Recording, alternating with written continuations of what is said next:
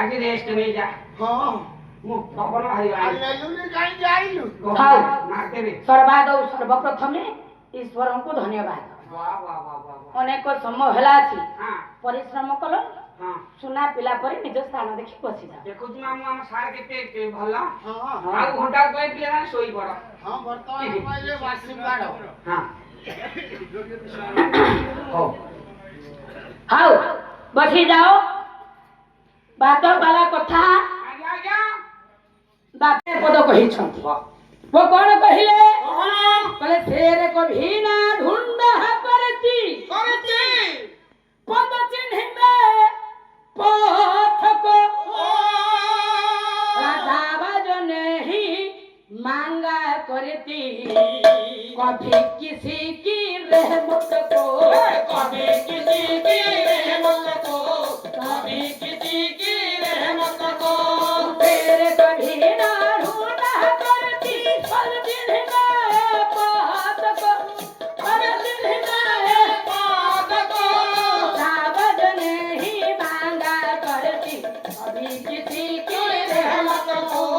कभी किसी की रहमत को, कभी किसी की रहमत को। केवल आपण माने कहिले बोली कहीं ना बोले शेर कभी ना ढूंढा करती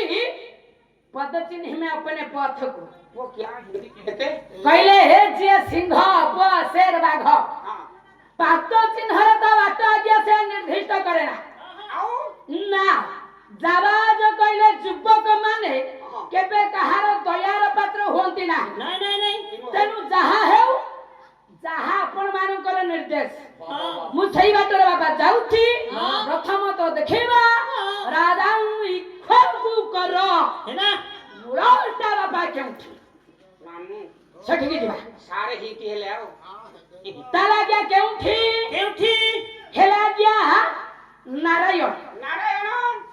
प्रथम हेला बाबा नारायण आज्ञा। नारायणଙ୍କର ନାଭିରୁ ଆଜ୍ଞା ପଦ୍ମ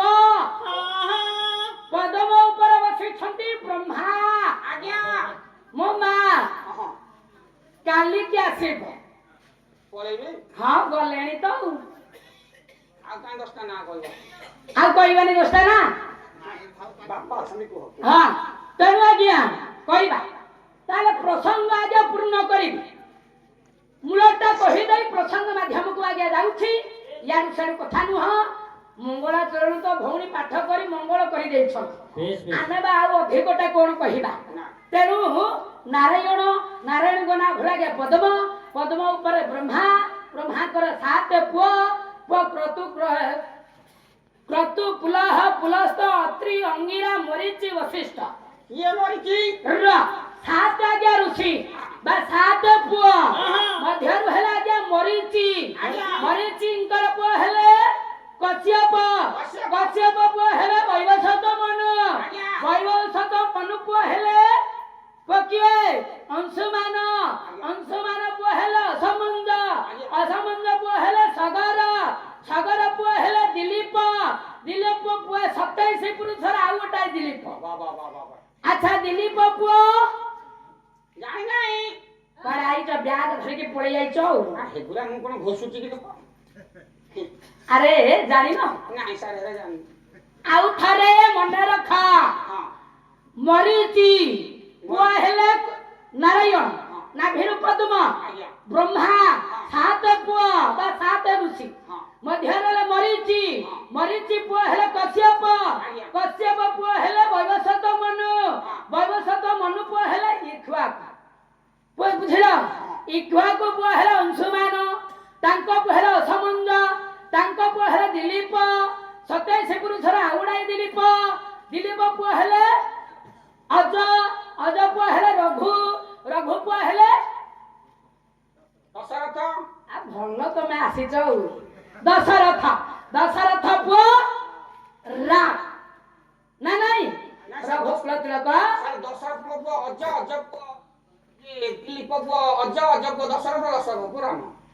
ଆଚ୍ଛା ଏଇ କଥା ପୁରା ତମେ ଏତେ ପଛରେ ଅଛ PhD କରିଥିଲି ତମକୁ ନା। ତମେ ଆଉ ପରୀକ୍ଷା ଆମକୁ କରାନା ତେଣୁ ଆଜ୍ଞା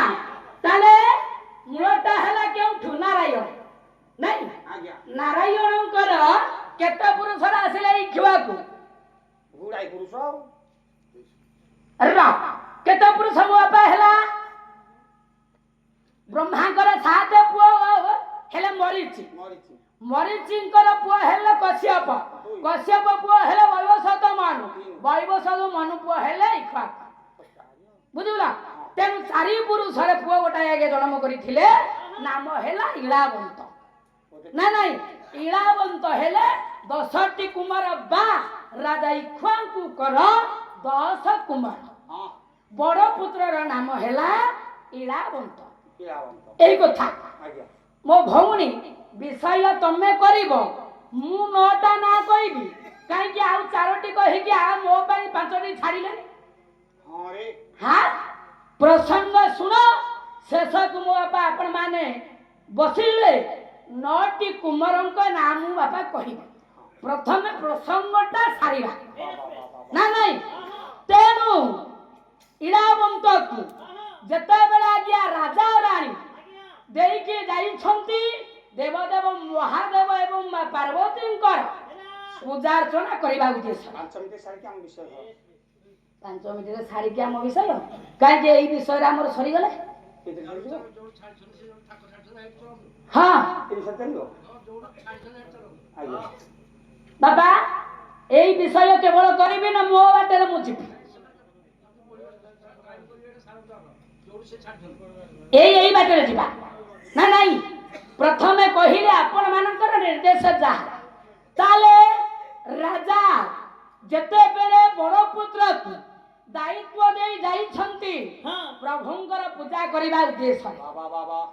टिके प्रसंगटा आगु को माडी चाली थेले भलो हे था ना नहीं इंडिया माडी चाल किंतु एते पछर रहिले केते बाटे हमें विषय को भिडी किनो हां हां तथापि तेनु इड़ावंत आज्ञा देवदेव महादेव को आज्ञा पूजा कला किंतु नारी शक्ति को आज्ञा अवमानना कला ना नहीं दिन का मोहिनी रात का बाघिनी पलक के महूस तेणु ये नारी मानकु भल पाए ना आज्ञा इड़ावंत किंतु सेई मां ठारू सृष्टि होइते से कथा से भूली गला अरे अरे अरे अरे तेणु जेतेले कृपा को धरि आज्ञा मां कर फिंगी रही छी इड़ावंत मां आज्ञा अभिशाप देले जेउ नारी को तू अवमानना करिछु असम्मान करिछु राति पाहिला बेला को तू सेई नारी होई दिबुर रे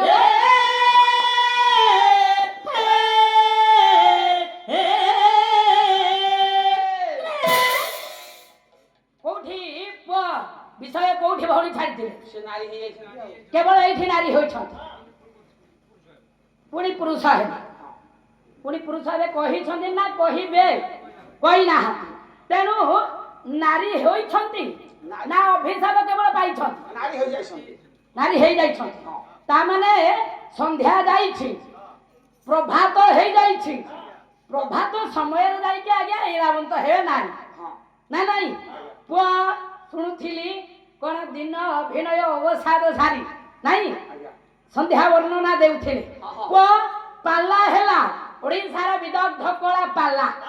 ऐतिह्य हेला पाला लोक सांस्कृतिक कार्यक्रम हेला पाला ताले देखिबा जत्ते बेले राजा इगुआ गुआ फेरी आसीले संध्या समय होई जाई छै तार बाबा संध्याटा केमिति होई छै गोटाए पद धनेश्वर पाणी आज्ञा कहिबे कले संध्या रे से कन्या साजे सिर रे सिंदूर राज भोला रे सिर रे सिंदूर राज आकाश रे नीर मन बर बरणी बर बरणी रे मन बर बरणी किछि कहि पखी गण सुरे कले पळाय ना भोला रे सुरे कले पळाय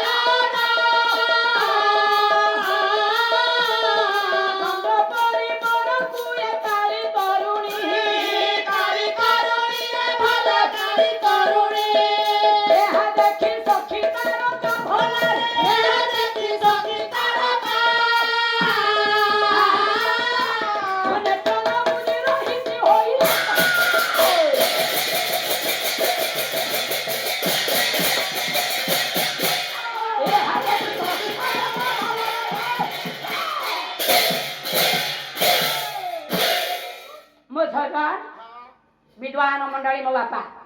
मां माने मोर लक्ष्य करन यथा शीघ्र आगे पहुंची दिबा तेणु अर्थात धनेश्वर पाणी कहिले आज्ञा संध्या से कन्या साजे सिर रे सिंदूर राजे आकाश वेदी रे चंद्र बराबरणी संध्या हेला आज्ञा कन्या रात्रि हेला बर बेदी आज्ञा आकाश हेला बेदी बसी छंदी बर कन्या ये सखी माने देखिले किए अर्थात तो तारका गण କହିଲେ ଏଭଳି ଏତେ ସୁନ୍ଦର ବରକୁ ଗୋଟେ କାଳି ତରୁଣୀଟା ସନ୍ଧ୍ୟାଟା କାଳି ଚନ୍ଦ୍ର ହେଲା ଆଗେ ସୁନ୍ଦର ଯେତେବେଳେ ତାରା ମାନେ ଆସିଲେ ଦେଖିଲେ ଆକାଶ ବେଦୀରେ 2 ଜଣ ବସିଛନ୍ତି ଛି ଛି କହି ଆଗେ ଚାଲିଗଲେ ଅର୍ଥାତ ସନ୍ଧ୍ୟାର ଆଜ୍ଞା ଆଗମନ ହୋଇଛି ନା ନାଇଁ ତାହେଲେ ସେଇ ସନ୍ଧ୍ୟା ସମୟରେ ସଜନମର ବିଦ୍ୱାନ ମାନେ ଲକ୍ଷ୍ୟ କରନ୍ତୁ ରାଜା ଆଜ୍ଞା ଯାଇ ଦେବଦେବ ମହାଦେବଙ୍କ ସମ୍ମୁଖରେ ଆଜ୍ଞା ପୂଜାର୍ଚ୍ଚନା କରିଛନ୍ତି ନାରୀ ଆଜ୍ଞା ମାତୃ ଶକ୍ତିକୁ ବା ମା ପାର୍ବତୀଙ୍କୁ ନେଇ ଆଜ୍ଞା ନିଜ ସ୍ଥାନରେ ରଖିଛନ୍ତି ଦେବଦେବ ମହାଦେବଙ୍କୁ ଆଜ୍ଞା ଗୋଟାଏ ପଦ ଡାକି ଆଜ୍ଞା କ୍ଷମା ପ୍ରାର୍ଥନା ମାଗୁଛନ୍ତି ମଙ୍ଗଳମୟ ଭଗବାନ ଆଜ୍ଞା ଶିବ ସେ ହେଲେ ମଙ୍ଗଳକାରୀ ନା ନାଇଁ ତେଣୁ କ୍ଷମା ପ୍ରାର୍ଥନା ମାଗି ଯେତେବେଳେ ନିଜ ସ୍ଥାନରେ ମାଙ୍କୁ ଆଜ୍ଞା ବସେଇଛନ୍ତି ମୋ ସଜନ ବିଦ୍ୱାନ ମାନେ ଘଟଣା ହୋଇଛି କଣ ଧୀର ବର କହୁତୁ କି ଡେରିବେ ଶ୍ରବଣ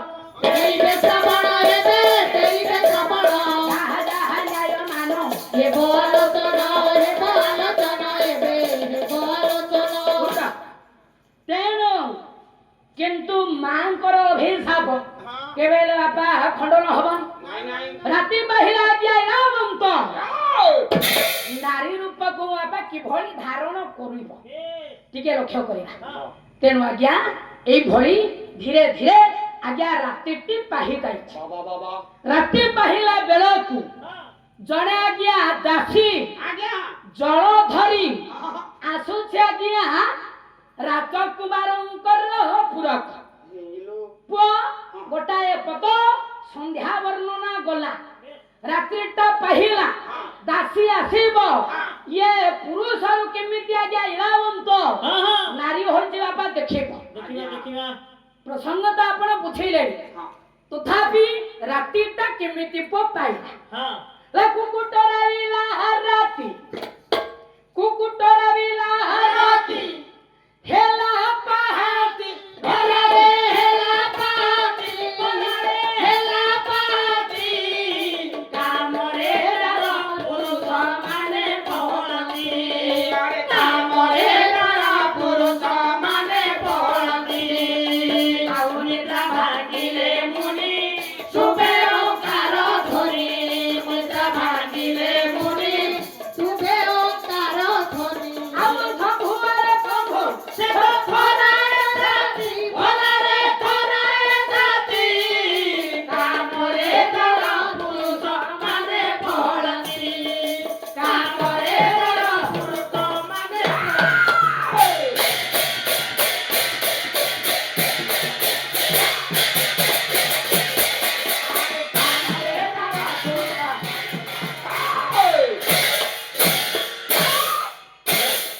ତେଣୁ ଆଜ୍ଞା ହୁଅ ବହୁଦ ସତ ସୁପାତି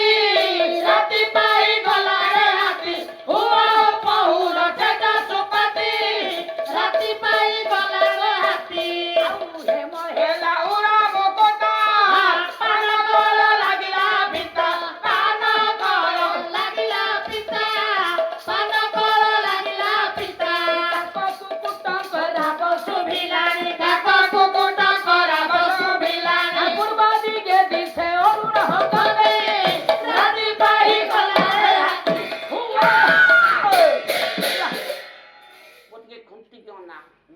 ଯିବା ଆରେ ଅଧିକ ବାଟ ଅଛି ତମେ ତ କହୁଛ ମୋ ବାପା ଭାଇ ମାନେ ବସିଛନ୍ତି ପ୍ରସଙ୍ଗ ଶୁଣିବା ପାଇଁ ଝାଞ୍ଜ ମୃଦଙ୍ଗରେ କଣ କାମ ଅଛି ନାଇଁ ନାଇଁ ଇଏ ଗୋଟେ କଥା ତେଣୁ ଆଜ୍ଞା ତାହେଲେ କହିଲେ ହେମ ହେଲା ଉରମୁଖ ତ ପାନ କଳ ଲାଗିଲା ପିତା କୁକୁଡ଼ା ଯଦି ଆଜ୍ଞା ଯିଏ ନରଖେ ଥିବେ ଜାଣିପାରିବେନି ରାତି କେମିତି ପାଇଲା କବି ସୂର୍ଯ୍ୟ ବଳଦେବ ରଥ କହିଲେ ହେମ କହିଲେ ଆଜ୍ଞା ସୁବର୍ଣ୍ଣ ରାତି ପାହିଲା ବେଳକୁ ସୁବର୍ଣ୍ଣକୁ ଆଜ୍ଞା ସ୍ପର୍ଶ କରିବେ କହିଲେ ଆଜ୍ଞା ଛୁଇଁବେ ଥଣ୍ଡା ଲାଗିବ ହଁ ମୁଁ ବେଶୀ କିଛି କହୁନି ମୋ ଦାଣ୍ଡ କବାଟ କାଟି ନେଲା ଯିଏ ପଶିଲା ସିଏ ଗଲା ମାନେ ମୁଁ ତ ପର ଭାତୁଆ ଗୋଲାମିଆ ଆଚ୍ଛା ମୁଁ ତ ଦିନ ଦରିଦ୍ର ଲୋକ ହଁ ଇଏ ମୋ ସ୍ତ୍ରୀ କି ଖଣ୍ଡେ ପ୍ଲାଷ୍ଟିକ ର କାନକୁ ଦେଇ ପାରୁନି ସୁନା କୋଉଠୁ ଆଣିବି ପ୍ଲାଷ୍ଟିକ କଣ ଇମିଟେସନ କୁହ ଏ ବୁଢା ରିଟାୟାର୍ଡ ହେଇଛି 10 ଲକ୍ଷ ପାଇଛି ତା ସ୍ତ୍ରୀ ପାଇଁ ସୁନା ଗତେଇ ଦେଇଛି। ଆଚ୍ଛା ଆଚ୍ଛା ତା ସ୍ତ୍ରୀ ସୁନା ପିନ୍ଧିଥିବ ରାତି ପାଇଲା ବସକୁ କଣ ଯିବି ତା ସ୍ତ୍ରୀ ବେକରେ ହାତ ମାରିବେ ତା ସ୍ତ୍ରୀ ବଜେଇବନି ବା ଭଳିଆ କେସ କରିଦବ। ଆଉ କେମିତି ଜାଣିବି ତା ଥଣ୍ଡା ମାନେ ଯୋଉମାନେ ବାପା ଗରିବ ତାଙ୍କ ପାଖରେ ତ ଧନ ନାହିଁ ସେ ସୁବର୍ଣ୍ଣ କୋଉଠୁ ଆଣିବେ ଯେ ହାତ ମାରିବେ ଥଣ୍ଡା ହବ ନା ନାଇଁ? ହଁ ତାହେଲେ ଗରିବ ଲୋକମାନେ କଣ ସେମିତି ଶୋଇଥିବେ? ନାଇଁ ଧନୀ ମାନଙ୍କ ପାଖରେ ସୁବର୍ଣ୍ଣ ସିଏ ଜାଣିବେ ଆଜ୍ଞା ସୁବର୍ଣ୍ଣକୁ ଛୁଇଁ। ହଁ ତାହେଲେ ଗରିବ ଲୋକମାନେ କେମିତି ଜାଣିବେ? କେମିତି ପାନ କଳ ଲାଗିଲା ପିତା ମାନେ ପାନ କର କହିଲେ ଯିଏ ପାନ ଖାଉଥିବ ଆଜ୍ଞା। ରାତି ପାହିଲା ବେଳକୁ କଳଟା ଆଜ୍ଞା ପିତା ଲାଗିବ। ଆପଣ ତାହେଲେ ପାନ ଖାଉନାହାନ୍ତି ଆଚ୍ଛା କଣ ହେମିତି ଶୋଇଥବ ତାମାନେ ଯୋଉମାନେ ପାନ ଖାଉନାହାନ୍ତି ପିତା ତ ଲାଗିବନି ପାଟି କେମିତି ସେ ଉଠିବେ? ଆଚ୍ଛା ଆଚ୍ଛା କହିଲି କାଉ କାଉ ବୋବେଇଲେ ଜାଣିବା ରାତି ପାହିଲା 19 ମସିହା ଅକ୍ଟୋବର 29 ତାରିଖ ଯୋଉ ବାତ୍ୟା ହେଲା ସବୁ କାଉ ଶାଗୁଣା ମରିଗଲେ ଆଚ୍ଛା ଆଉ ନାହାନ୍ତି ନାହାନ୍ତି କାଉ ତ ବୋବେଇବନି କୁକୁଡ଼ା ବୋବେଇଲେ ଜାଣିବାନି ହଁ ଆଉ ଆଉ କେମିତି ପାହିବା ମୁଁ ଜାଣିନି ତମେ ଜାଣିଛ? ମୁଁ ଜାଣିଛି ଯେ କହିବି ନାଇଁ କୁହନି କାଳେ ଲୋକମାନେ ଜାଣି ପକେଇବେ। ନା ତମେ ଶିଖିଯିବ ମୁଁ ଶିଖିଯିବି ହଉ ଲୋ ଭାରି ଚାଲାକି ହଉ ହଉ ଥାଉ ତମେ କାଲି କହିବ। ହଁ ତେଣୁ ଆଜ୍ଞା ଯେତେବେଳେ ରାତି ପାହି ଯାଇଛି ଦାସୀ ଜଣେ ସୁବର୍ଣ୍ଣ ଝରିର ଜଳ ନେଇ ମୋ ସଜ ଯେତେବେଳେ ଚାଲି ଆସୁଛି ଆଜ୍ଞା ମୁଖ ପଖାଳନ କରିବେ ରାଜକୁମାର ଇତି ଅବସରରେ ପଲ୍ଲଙ୍କ ଉପରେ ବାପା ଦେଖିଲେ ଆଜ୍ଞା। ଦାସୀ ଆଜ୍ଞା ବସିଛନ୍ତି ଜଣେ ରାଜକୁମାର ଆଶ୍ଚର୍ଯ୍ୟ ହେଲେ ଦାସୀ ମନେ ମନେ ବିଚାର କଲା କହିଲା ଆମ ରାଜକୁମାର ତ ନାରୀ ମାନଙ୍କୁ ଘୃଣା କରନ୍ତି ଭଲ ପାଆନ୍ତିନି ଆଉ କଣ ରାତିକ ଭିତରେ କାହାକୁ ଭଲ ପାଇ ଗୋଟା ନେଇ ଆସିଛନ୍ତି ଆଉ ଯଦି ବା ଆଣିଛନ୍ତି ଏଇଟା ବଡ ସୌଭାଗ୍ୟର କଥା ଯାଉ କୂଳ ରକ୍ଷା ହେଲା। ତେଣୁ ଏ ଆନନ୍ଦ ଖବର ଯାଇ ଆଜ୍ଞା ରାଜା ରାଣୀକୁ ଦେଇଛନ୍ତି। କହିଲେ ମହାରାଜା ଓ ଶୁଣନ୍ତୁ କଣ ହେଲା ଆପଣଙ୍କର ହଁ ଯେଉଁ ବଡ ପୁତ୍ର ଇଳାବନ୍ତ ଗୋଟା ରାଜକୁମାରୀ ଆଣିଛନ୍ତି। କଣ କହୁଛ? ଆଜି ମୁଁ ପଲ୍ଲଙ୍କ ଉପରେ ଦେଖିଲି ହଁ ସୁନ୍ଦରୀ ଗୋଟା ରାଜକୁମାରୀ ବସିଛି। ଏ ଦାସୀ ହଁ ହୁସିଆର ହୁସିଆର ଖବରଦାର କଥାବାର୍ତ୍ତା କର ହୁର୍ସିଆର କିରେ ମୋ ପୁଅ ସିଏ ବା ନାରୀକି ଘୃଣା କରୁଛି। ହେଲେ ମୁଁ ତ ସ୍ୱଚକ୍ଷୁରେ ମହାରାଜ ଦେଖିଲି ହଁ ଇଏ ରାଜକୁମାରଙ୍କର ପଲଙ୍କ ଉପରେ ଗୋଟାଏ ରାଜକୁମାରୀ କହିଲେ ସୁନ୍ଦରୀ ନାରୀଟା ବସିଛି। ଦାସୀ ସତ କଥା କହୁଛୁ? ମୁଁ ମିଥ୍ୟା କାହିଁକି କହିବି? ଏ ଗୋଟେ ଶୁଭ ଖବର ତ ଦେଇଛୁ ହଁ ନେ ଗୋଟେ ଅଳଙ୍କାର ନେ ଆନନ୍ଦିତ ହୋଇ ଆଜ୍ଞା ରାଜା ରାଣୀ ଦୁହେଁ ଯେତେବେଳେ ଚାଲି ଆସିଛନ୍ତି ସେଇ ସମୟରେ ନାରୀ ହୋଇଥିବା ଆଜ୍ଞା ଯେ କି ରାଜକୁମାର ଡାକି ଦଉଛି ବାବା ମା ବାବା ବୋହୁ କିରେ ବୋହୁ ବୋହୁ ନାଇଁ ନାଇଁ ମୁଁ ତୁମ ବୋହୁ ନୁହଁ ମା। ଆରେ ସୁନ୍ଦରୀ ବୋହୁଟା ତ ଏ ବାବା ତୋତେ ଆମର କୋଉଠୁ ଆଣିଲା? ଆରେ ମୁଁ ହେଉଛି ତୁମର ପୁଅ। ଏ ଝିଅ ଏ ଟିକେ ନୂଆ ସମାଇକି କଥାବାର୍ତ୍ତା କର। ତୁ ମୋ ପୁଅ? ହଁ ଆରେ ତୁ ମୋ ବୋହୁ କାହିଁ ଲୁଚଉଛୁ? ମୁଁ କିଛି ରାଗିବିନି। ନାଇଁ ବାବା ମତେ କଣ ଚିହ୍ନି ପାରୁନ? ମୋ ପୁଅ ମନା କରିଥିଲା ବାହା ହେବାକୁ ଯଦି ଗୋଟେ କୋଉଠୁ ନେଇ ମେଢ ଉଠେଇ ଆଣିଛି ମୁଁ ରାଜି ଏ ନା ତୁ ଯାହା କହିବୁ ହେଲେ ବାବା ମତେ ଚିହ୍ନନ୍ତୁ ମୁଁ ଆପଣଙ୍କର ପୁଅ ହେଉଛି ଇଳାବନ୍ତ। ମୋ ପୁଅ ଇଳା? ହଁ ମୋ ପୁଅଟା ବା ପୁଅ? ଆଉ ମୁଁ ପରା ଆପଣଙ୍କ ପୁଅ। ମୋ ପୁଅ କେମିତି ମର୍ଦ୍ଦ ଝୁଅ ହେଇଗଲା?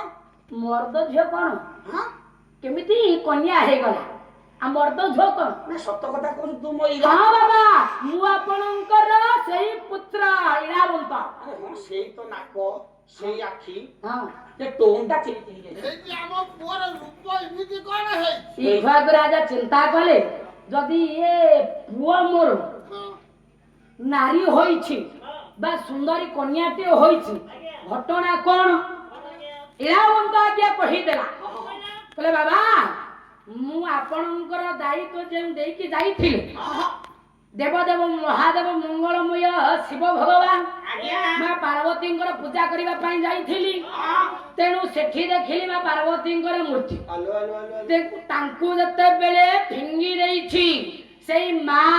ମତେ ଅଭିଶାପ ଦେଇଛନ୍ତି। ତେଣୁ ମୁଁ ଗୋଟାଏ ନାରୀ ହୋଇଯାଇଛି କିନ୍ତୁ ମୁଁ ହେଉଛି ଆପଣଙ୍କର ପୁଅ ଇଳାବନ୍ତ। ଆରେ ତୁ କାଇଁ ଏତେ ବଡ କାମ କରୁଥିଲୁ ଯେ ପୋକରା? ଚାଲିଗଲେ ଆଜ୍ଞା ଦୌଡ଼ି। ଏଇ ଖୁଆକୁ ରାଜା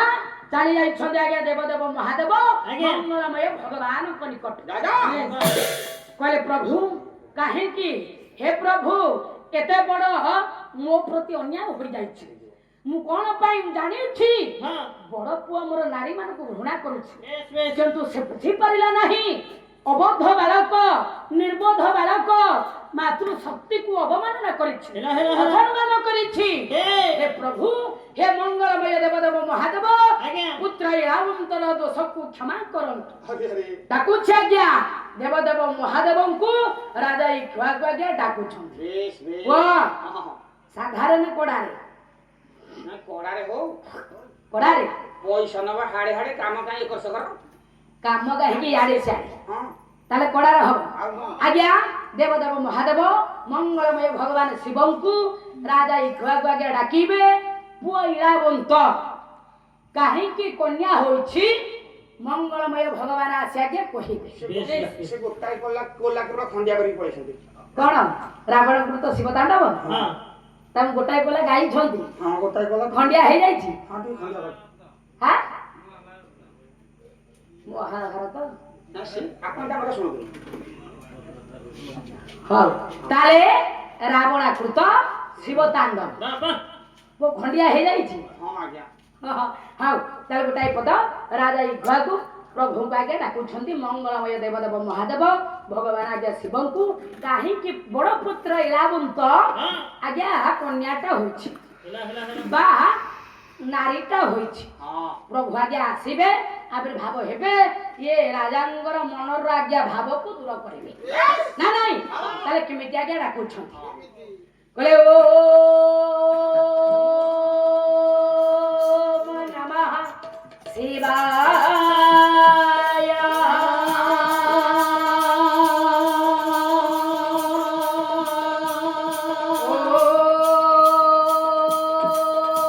ଓମ୍ ନମଃ ଶିବାୟ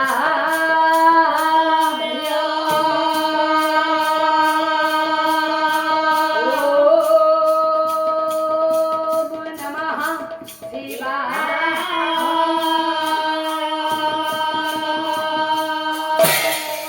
ओम नमः शिवाय ओम नमः रुद्राय ओम नमः शिवाय ओम नमः रुद्राय ओम नमः शिवाय ओम नमः रुद्राय ओम नमः शिवाय ओम नमः रुद्राय ओम नमः शिवाय ओम नमः रुद्राय ओम नमः शिवाय ओम नमः रुद्राय तथापि गणोत्तर प्रवाह विश्वतरे ओम नमः शिवाय ओम नमः रुद्राय मणे विलम्बलम्बित भुजंग तुंग मालिका ओम नमः शिवाय ओम नमः रुद्राय डमडमणे आनडम बरुबहजा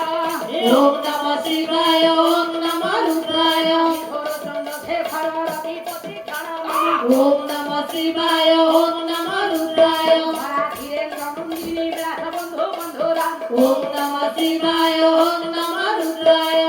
दुर्गंत संतति प्रमोद सुभस्वरी ओम नमः शिवाय ओम नमः रुद्राय ओम नमः शिवाय ओम नमः शिवाय ओम नमः शिवाय ओम नमः शिवाय ओम नमः शिवाय ओम नमः शिवाय ओम नमः शिवाय ओम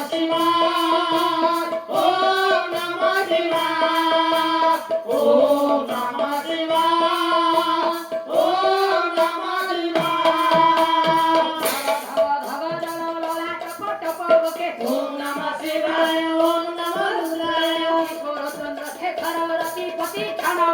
ओम नमः शिवाय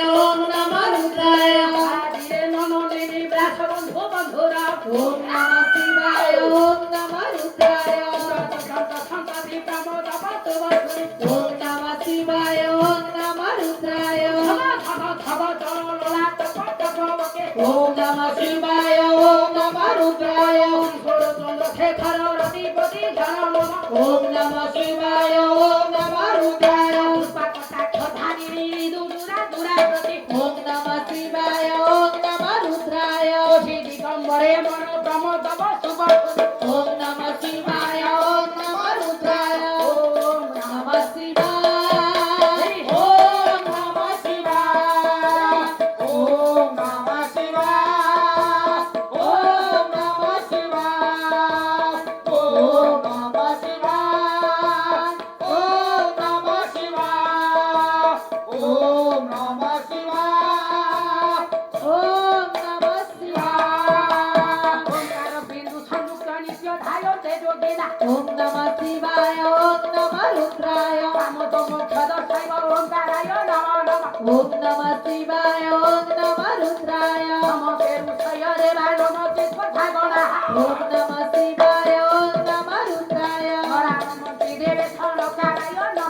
ओम नमः शिवाय ओम नमः रुद्राय মহাদেব মহাত্মার মহাধ্যান পরায়ণ ओम नमः शिवाय ओम नमः रुद्राय মহাভাগ হরম দেব লোকালয় নম নম ओम नमः शिवाय ओम नमः रुद्राय ওম জগন্নাথ লোকানুগ্রহকারক ओम नमः शिवाय ओम नमः रुद्राय ওম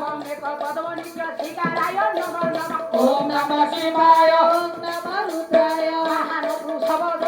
সুতি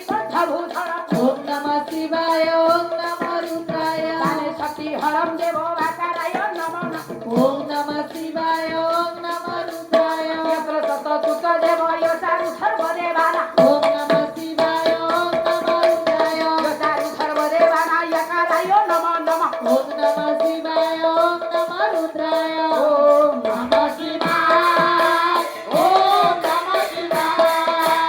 ओम नमः शिवाय ओम नमः शिवाय ओम नमः शिवाय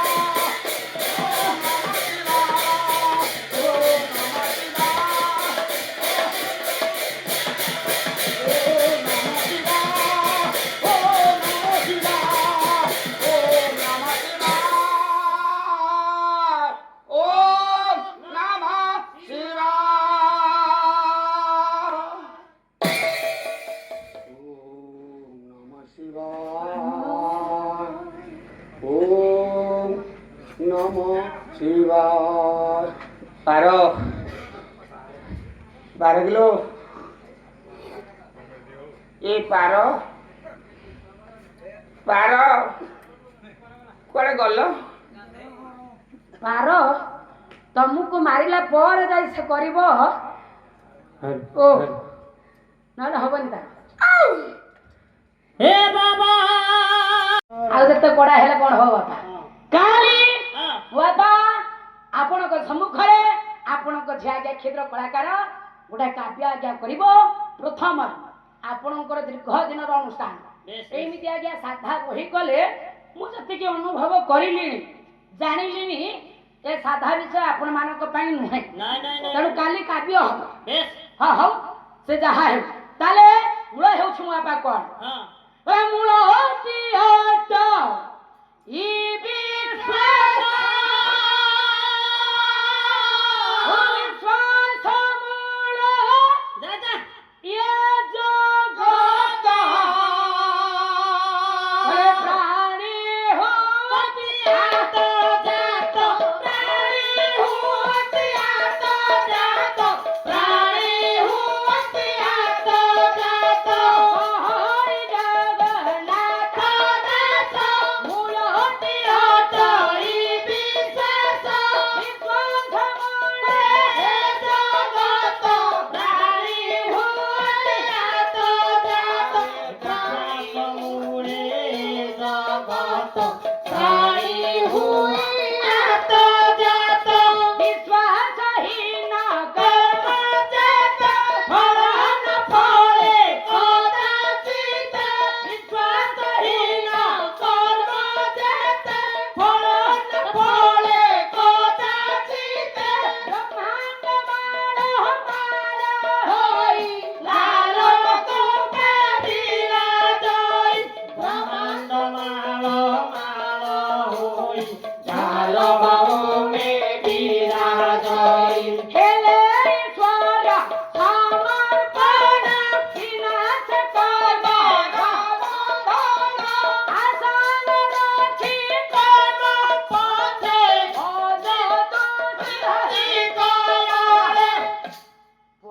सार नरकी कर्म फले ତେଣୁ ଆଜ୍ଞା ମୋ ବାପା बाबा ମୂଳ ହେଉଛି ଆଜ୍ଞା ବିଶ୍ୱାସ विश्वास ଯୋଉଠି ବିଶ୍ୱାସ ସେଠି ଭଗବାନ ଅଛନ୍ତି बाबा ମୂଳ ହେଉଛି ଏ ସଂସାରର ବିଶ୍ୱାସ आज्ञा ସେ ଶବ୍ଦ ଗୋଟିକ ଇଳା ଅନ୍ତଙ୍କ ନିକଟରେ ଆଜ୍ଞା ନଥିଲା ନାରୀ ପ୍ରତି ଆଜ୍ଞା ବିଶ୍ୱାସ ନଥିଲା बापा ଶ୍ରଦ୍ଧା ନଥିଲା ଭଲ ପାଇବା ନଥିଲା ସେଥିପାଇଁ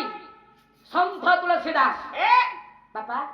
ରାମଚରିତ ମାନସରେ ଗୋଟେ ପଦ କହିଛନ୍ତି विश्वास उपरे संत तुलसीदास कौन कहले କଣ କହିଲେ ମୋ ବାପା हाँ କହିଲେ ବିନୁ ବିଶ୍ୱାସ ଭକତି ନାହିଁ ବାପା ଭାଗବତରେ ଜଗନ୍ନାଥ ଦାସ କହିଲେ ସେଇ କଥାକୁ ସନ୍ଥ ତୁଳସୀ ଦାସ କହିଲେ କଣ କହିଲେ? କଣ ଆଜ୍ଞା କହିଲେ କହିଲେ ବିନୁ ବିଶ୍ୱାସ ଭକତି ନାହିଁ ମୋ ବାବା ପଦକରେ କହିଲେ ବିଷୟ ସରିବ ନା ନାଇଁ ଅଧିକ ସମୟ ପାଲା ହବ ଦୁଇ ପଦରେ କହିଲେ ବିଷୟ ସାରିଦେବା ହଁ ଯଦି କହିବେ ବିଷୟ ସାରିକି ଆଉ ଅନ୍ୟାରେ ଯିବା ସାରିଦେବା ଆଜ୍ଞା ଆଉ ଠିକ ଅଛି ତେଣୁ ନାରୀ ହବାର କାରଣ କହିଲେ ମା ପାର୍ବତୀକୁ ବିଶ୍ୱାସ କଲେନି ଶ୍ରଦ୍ଧା କଲେନି ଭଲ ପାଇବା ନଥିଲା ଆଜ୍ଞା ତେଣୁ ସେଥିପାଇଁ ମାଙ୍କର ଅଭିଶାପରେ ଅଭିଶପ୍ତ ଦେବତା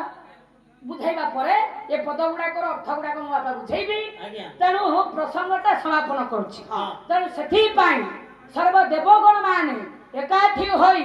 କେମିତି ଆଜ୍ଞା ସୂର୍ଯ୍ୟବଂଶରୁ ଚନ୍ଦ୍ରବଂଶ ଉତ୍ପତ୍ତି ହବ ତାର ଗୋଟାଏ ଆଜ୍ଞା ଉପାୟ ନିଶ୍ଚିନ୍ତ କରିଛନ୍ତି ତେଣୁ ସେଥିପାଇଁ ତୁମ ରାଜକୁମାର ହୋଇଯାଇଛି ପୁରୁଷରୁ ନାରୀ ନାରୀ ତେଣୁ ତାର ନାମ ରଖିବ ଇଳାବନ୍ତ ଥିଲା ଇଳାବତୀ ରଖିବ ଓ ଇଳାବତୀ ଆଜ୍ଞା ରଖିବେ ବୋଲି ଦେବଦେବ ମହାଦେବ ଆଜ୍ଞା କହିଲେ ସ୍ୱୟଂବର କରି ସୁଯୋଗ୍ୟ ପାତ୍ରଟିଏ ବିବାହ ଦେଲେ ତା ଗର୍ଭରୁ ଯେ ସୃଷ୍ଟି ହବ ସେଇଠୁ ସୃଷ୍ଟି ହବ ଚନ୍ଦ୍ରବଂଶ ସେଇଠୁ ହଁ ଏ କଥା ଯେତେବେଳେ ମୋ ବାପା କହିଛନ୍ତି ଆଶୀର୍ବାଦ କରିଛନ୍ତି ଆଜ୍ଞା ରାଜା ଇକ୍ଷ୍ୱାକୁଙ୍କୁ ସେଇ ସମୟରେ ରାଜା ଆଜ୍ଞା ଚାଲି ଯାଇଛନ୍ତି ଆଜ୍ଞା ନିଜର କର୍ତ୍ତବ୍ୟରେ ଆଜ୍ଞା ଅବହେଳା କରିନାହାନ୍ତି ତେଣୁ ଇଏ ତ ଯୁବକ ଥିଲେ ଯୁବତୀ ହୋଇଛି ବିଭିନ୍ନ ରାଜ୍ୟରୁ ଆଜ୍ଞା ରାଜକୁମାର ମାନଙ୍କୁ ନିମନ୍ତ୍ରଣ କରି ଆଜ୍ଞା ସ୍ୱୟଂବର ସଭା କରିଛନ୍ତି ସର୍ବ ରାଜକୁମାରଙ୍କୁ ଆଜ୍ଞା ଦେଖି ଦେଖି ଯାଉଛନ୍ତି ଇଳାବତୀ ଇଳାବତୀ ଆଜ୍ଞା ନାମକରଣ ହେଲା ଇଳାବତୀ ତେଣୁ ସେଇ ସମୟରେ ଆସିଥିଲେ ଆଜ୍ଞା ସ୍ୱର୍ଗ ମଣ୍ଡଳରୁ ଚନ୍ଦ୍ରଙ୍କ ପୁତ୍ର ହେଲା ଆଜ୍ଞା ବୁଧ ଦେବ ତେଣୁ ବୁଧଙ୍କୁ ଆଜ୍ଞା ମନୋନୀତ କରି ଇଳାବତୀ ଆଜ୍ଞା ପୁଷ୍ପମାଲ୍ୟ ଦେଇଛି ବିବାହ ହୋଇଛନ୍ତି ଆଜ୍ଞା ସମସ୍ତ ଦେବତା ମାନେ ଫେରିଲେ ବୁଧ ଦେବ ଆଜ୍ଞା ଫେରିଲେନି କହୁଛି ବାପା ତେଣୁ ଯେତେବେଳେ ବୁଧ ଆଜ୍ଞା ଫେରିଲେ ନାହିଁ ଚନ୍ଦ୍ର ଆସି ପଚାରିଲେ ଇନ୍ଦ୍ର କହିଲେ ମର୍ତ୍ତ୍ୟପୁରରେ ରାଜକୁମାରୀକୁ ବିବାହ ହୋଇ ବୁଧ ରହିଛନ୍ତି ତେଣୁ ଚନ୍ଦ୍ର କହିଲେ ଯେ ପର୍ଯ୍ୟନ୍ତ ପୁଅ ସ୍ୱର୍ଗକୁ ନ ଫେରିଛି ସେ ପର୍ଯ୍ୟନ୍ତ ଆକାଶରେ ମୁଁ ଉଦୟ ହେବିନି କହିଲେ ନିଜ ଅଭିଶାପ ନିଜକୁ ଦେବି ସୃଷ୍ଟି ଧ୍ୱଂସ କାଳେ ବ୍ୟକ୍ତି ହୋଇ ଆଉ ଉଦୟ ହେବନି ଥଣ୍ଡା କଣ ବୁହାଇବିନି ଖାଲି ପତଳା ବାହାରିବ କହିଲେ ଯେ ପର୍ଯ୍ୟନ୍ତ ମୋ ପୁଅ ସ୍ୱର୍ଗକୁ ନ ଆସିଛି ସେ ପର୍ଯ୍ୟନ୍ତ ଏ ସଂସାରରେ ଚନ୍ଦ୍ର ଉଦୟ ହେବେ ନାହିଁ ତେଣୁ ଆଜ୍ଞା ଇନ୍ଦ୍ରକୁ ପଡିଲା ସଙ୍କଟ ତେଣୁ ଯଥା ଶୀଘ୍ର ପୂର୍ଣ୍ଣ କରିବା ଉଦ୍ଦେଶ୍ୟରେ ବା ବୁଧକୁ ଇଏ ସ୍ୱର୍ଗ ପଥକୁ ଆଣିବା ଉଦ୍ଦେଶ୍ୟରେ ଆଜ୍ଞା କରିଛନ୍ତି କଣ ପରେ ଆଜ୍ଞା ଚତୁର୍ଥୀ ମିଳନ ଆଜ୍ଞା ହୁଏ କିନ୍ତୁ ମାନବ ଏବଂ ଦେବତାଙ୍କର ମିଳନରେ କ୍ଷଣିକ ମଧ୍ୟରେ ଆଜ୍ଞା ସନ୍ତାନ ସନ୍ତତି ଜନ୍ମିତ ହୁଏ ତେଣୁ ଯେତେବେଳେ ଇଳାବତୀ ବୁଧଙ୍କର ମିଳନ ହୋଇଛି ଆଜ୍ଞା ପୁଅଟିଏ ଜନ୍ମ ହୋଇଛି ତେଣୁ ପୁଅ ଜନ୍ମ ହେବା କ୍ଷଣି କହିଲେ କେମିତି ମୁକ୍ତି ପାଇବେ ଛାଡିଗଲି ଟିକେ ଇଏ ଇନ୍ଦ୍ର କହିଲେ ଯେ ଯେତେବେଳେ ତମ ପୁଅ ବୁଧ ତାଙ୍କ ପୁତ୍ରର ମୁଖ ଚାହିଁବେ ସିଏ ମୁକ୍ତି ପାଇ ଆସିବେ ସ୍ୱର୍ଗରେ ପୁଣି ସ୍ଥାନ କ୍ଷଣିକ ମଧ୍ୟରେ ଇଳାବତୀ ବୁଧଙ୍କର ମିଳନରୁ ପୁତ୍ରଟିଏ ଉତ୍ପତ୍ତି ହୋଇଛି ତେଣୁ ପୁତ୍ରର ମୁଖ ଦେଖିବା କ୍ଷଣି ବୁଧ ଆଜ୍ଞା ମୁକ୍ତି ହୋଇ ଆସିଛନ୍ତି ସ୍ୱର୍ଗ ତାହେଲେ ସୃଷ୍ଟି ମୋ ବାପା ଜାଣିଛନ୍ତି ହମାରିଲେଣି ତେଣୁ ସେ ବୁଧ ଆଜ୍ଞା ମୁକ୍ତି ହେଲେ ପୁଅ ନା ହେଲା କଣ ପୁରୁ ନା ନାଇଁ ମୋ ବାପା ହଁ ତେଣୁ ସେଇଠୁ ଆଜ୍ଞା ଚନ୍ଦ୍ରବଂଶ ଉତ୍ପତ୍ତି ହୋଇଛି ମର୍ତ୍ତ୍ୟପୁରରେ ପୁଣି ଇଳାବତୀରୁ ଆଜ୍ଞା ଇଳାବନ୍ତ ରୂପକୁ ଧାରଣ କରିଛନ୍ତି ଏବଂ ଚନ୍ଦ୍ରବଂଶ ସେଇଠୁ ଆଜ୍ଞା ଉତ୍ପତ୍ତି ହୋଇଛି ତେଣୁ ଯାହା ହେଉ ଏବଂ ଭୂତ ସେଇ ମଙ୍ଗଳମୟ ଦେବଦେବ ମହାଦେବ ସମସ୍ତଙ୍କର ଆଜ୍ଞା ମଙ୍ଗଳ କରନ୍ତୁ କଲ୍ୟାଣ କରନ୍ତୁ ଯଶସ୍ୱୀ କରିଥାନ୍ତୁ ତାହେଲେ ମୋ ବାପା ମୂଳଟା ହେଉଛି ବିଶ୍ୱାସ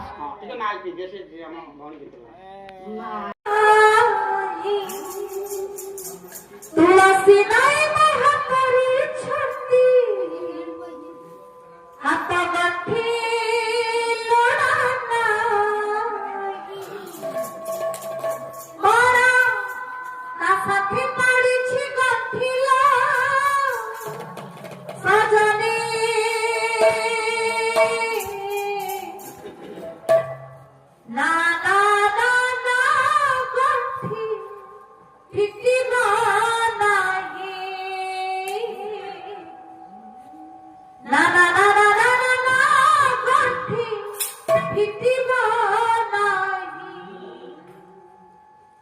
ଛୁଇଁବି ମୋର କାନ ବେଦି ବାହା ବେଦି ଲୋଡ଼ା ନାହିଁ ତୁଳସୀ ନାଇଁ ମୋ ହାତ କରିଛନ୍ତି ହାତ ଗଣ୍ଠି ଲୋଡ଼ା ନାହିଁ ମୋର ତା ସାଥୀ ପଡ଼ିଛି ଗଣ୍ଠିଲ ସଜନୀ ନା ନା ନା ନା ଗଣ୍ଠି ଭିଜିବ ନାହିଁ ନା ନା ନା ନା ନା ଗଣ୍ଠି ଭିଜିବ ନାହିଁ ବେଦି ଛୁଇଁବି ମୋର କାନ ବେଦି ବାହା ବେଦି ଲୋଡ଼ା ନାହିଁ ତୁଳସୀ ନାଇଁ ମୋ ହାତ କରିଛନ୍ତି ହାତ ଗଣ୍ଠି ଲୋଡ଼ା ନାହିଁ ମୋର ତା ସାଥୀ ପଡ଼ିଛି ଗଣ୍ଠିଲ ସଜନୀ ନା ନା ନା ନା ଗଣ୍ଠି ଭିଜିବ ନାହିଁ ନା ନା ନା ନା ନା ଗଣ୍ଠି ଭିଜିବ ନାହିଁ ଇହେ ମୋ ସଜନା ଦେଖିଦେଲି କଳା କଦନା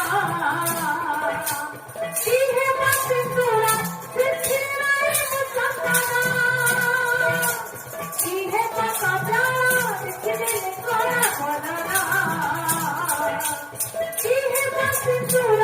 ସେଥିରେ ନାଇଁ ମୋ ସଜନା ମୋର ସାଥରେ ହୋଇଛି ପାବନ ସଜନୀ ନା ନା ନା ନା ଭାବ ଛୁଟିବ ନାହିଁ ନା ନା ନା ନା ନା ନା ଭାବ ଛୁଟିବ ନାହିଁ ବେଦି ଛୁଇଁବି ମୋର କାନ ବେଦି ବାହା ବେଦି ଲୋଡ଼ା ନାହିଁ ତୁଳସୀ ନାଇଁ ମୋ ହାତ କରିଛନ୍ତି ହାତ ଗଣ୍ଠି ଲୋଡ଼ା ନାହିଁ ମୋର ତା ସାଥୀ ପଡ଼ିଛି ଗଣ୍ଠିଲ ସଜନୀ ନା ନା ନା ନା ଗଣ୍ଠି ଭିଜିବ ନାହିଁ ନା ନା ନା ନା ଇହେ ମୋ ଛୋଟିଆ ଘରଠି ବଜାବି ଘୁଙ୍ଗୁରା ଇହେ ମୋ ସମାଇ ହରଦିନି ମନ୍ଦିର ଇହେ ମୋ ଛୋଟିଆ ଘରଠି ବଜାବି ଘୁଙ୍ଗୁରା ଇହେ ମୋ ସମାଇ ହରଦିନି ମନ୍ଦିର ମୋର ସାଥରେ ହୋଇଛି ଲୋଭର ସଜନୀ ନା ନା ନା ନା ଲୋଭ ଛାଡ଼ିବି ନାହିଁ ନା ନା ନା ନା ନା ଲୋଭ ଛାଡ଼ିବି ନାହିଁ ବେଦି ଛୁଇଁବି ମୋର କାନ ବେଦି ବାହା ବେଦି ଲୋଡ଼ା ନାହିଁ ତୁଳସୀ ନାଇଁ ମୋ ହାତ କରିଛନ୍ତି ହାତ ଗଣ୍ଠି ଲୋଡ଼ା ନାହିଁ ମୋର ତା ସାଥୀ ପଡ଼ିଛି ଗଣ୍ଠିଲ ସଜନୀ ନା ନା ନା ନା ଗଣ୍ଠି ଭିଜିବ ନାହିଁ ନା ନା ନା ନା ଭାବ ଛୁଟିବ ନାହିଁ ନା ନା ନା ନା ଲୋଭ ଛାଡ଼ିବି ନାହିଁ ନା ନା ନା ନା ନା ନା ଗଣ୍ଠି ଭିଜିବ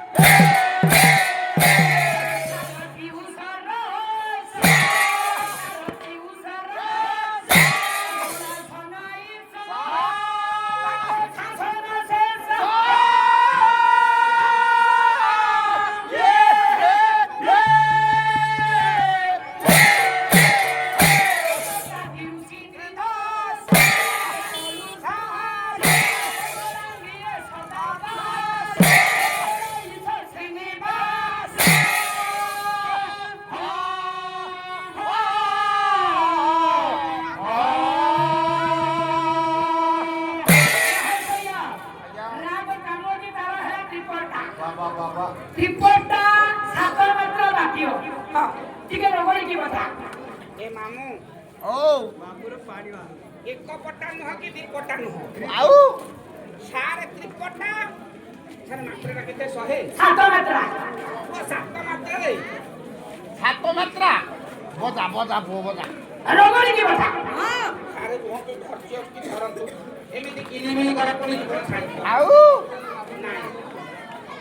କେମିତି ପଡ଼ିବ କେମିତି? 1 2 3 4 5 6 7 1 2 3 4 5 6 ମିତ୍ର 7 ୱାଓ ଇରା ଏ ମୁଜଟା ଘରେ ରଖି ଦେଇ ଯାଇଲୁ ନାହିଁ କାହିଁକି ଆଉ ଏମିତି କଣ କରୁଛୁ 1 2 3 4 5 ଏ ମାମୁଁ 6 ଓ ତମକୁ ମାତ୍ରାର ଭାଗଟା ଦେଖୁ ମାତ୍ରାର ଭାଗ ମାନେ ବାଲି ସିମେଣ୍ଟ ଭାଗ ଆଁ ନାଇଁ ବାଲିସି ମାନେ ଆଉ 3 4 ଭାଗ 3 4 ଭାଗ ବେଶ କେମିତି ପଡୁଛି ଦେଖି ହଉ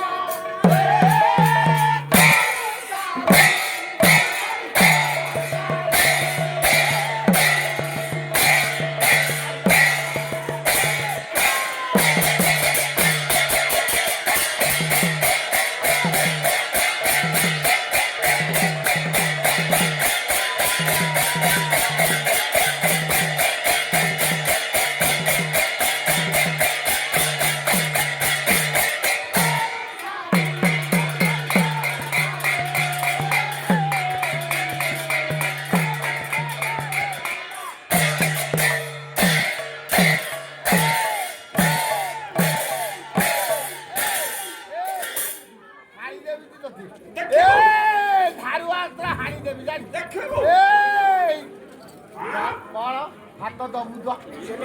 ଛୁଇଁବୁ ତ ଛୁଇଁବୁ ତ ଇଏ କଣ ହେଲା ଇଏ ଆଜି ପର୍ଯ୍ୟନ୍ତ ମତେ କେହି ଛୁଇଁଲେ ତୁ ଛୁଇଁ ଦବୁ ଆଉ ଥରେ ଛୁଇଁଲୁ ଦେଖିଆ ଆଉ ଥରେ ଛୁଇଁଲୁ ଇଏ ପାଖକୁ ଦେଖିଲୁ ଦେଖିଆ ଛୁଇଁଲୁ ଆରେ ଆଉ ଥରେ ଛୁଇଁଲୁ ରେ ଇଏ ପଛ ଆଡ଼କୁ ଦେଖିଆ ଆରେ ଆଉ ଥରେ ଆରେ କିଏ ମାରୁଆ ଆରେ ତମେ ମୁଁ ମାରୁଆ ଆଉ କିଏ ସିଏ ମାରୁଆ ଦେଖୁଛ କଣ 5 ମିନିଟ୍ ହେଲାଣି ତମକୁ ଅଡାଉଛନ୍ତି ହଁ ତମେ କହୁଛ ସିଏ ମାରୁଆ ସେ ମାରୁଆ ନୁହଁ ଆପଣ ବୁଝିପାରୁନାହାନ୍ତି ସାରେ ଆଉ ଯିଏ ହଳ କରୁଛି ସାରେ ସିଏ କଣ କହିଲେ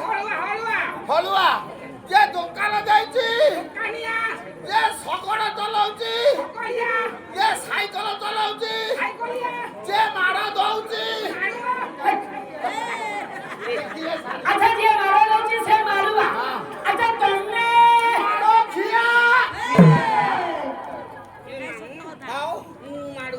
ଆଉ ନୁହଁ ମାଡ଼ ଖିଆ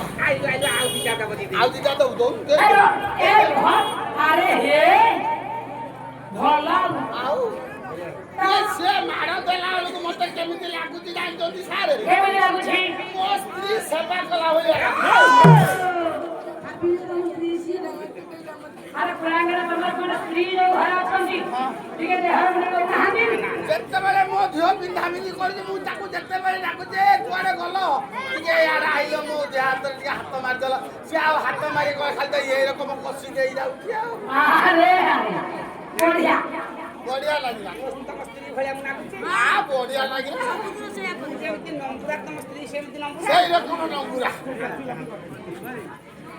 ଆଉ ତମେ ବସ ଭଲ ଲାଗିବ ଭଲ ଲାଗିଲା ଆରେ ବସ ଆଉ ଦିଟା ବାଡ଼େଇବି ଇଏ ମତେ ତ ବାଡେଇବୁ ଯାହା କରୁଛୁ କରୁଛୁ ଇଏ ସିଆଡେ ହାତ ବଢଉଛୁ ବେଶୀ ଖାଇବୁ ଜୀବନଟା ପିତା ବେଶୀ ଖାଇବ ବୋଲି ଆଶା କରୁଛୁ ଆଉ ବାଲାନ୍ସ ଟିକେ ଫେଲ ହେଇଗଲି ତ ଫେଲ ହଉଛି ନାଇଁ ସାର୍ ଆଇ ଆମ୍ ସରି ଭଲ କଲ ଭୁଲ ମାଗିଲା ଆଇ ଆମ୍ ସରି ହଁ ପବିତ୍ର ରଜନୀରେ ବେଶ ଏକତ୍ରୀକରଣ ହୋଇଥିବା हाँ हरि प्रेम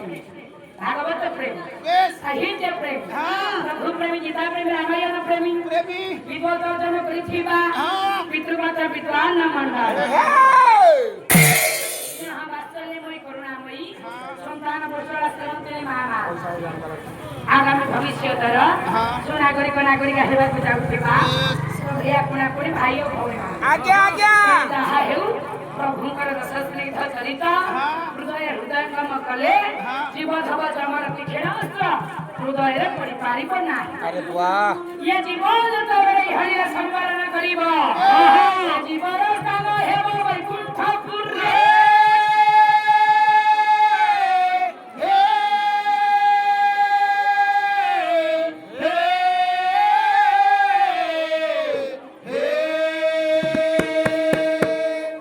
ତେଣୁ ଆଜ୍ଞା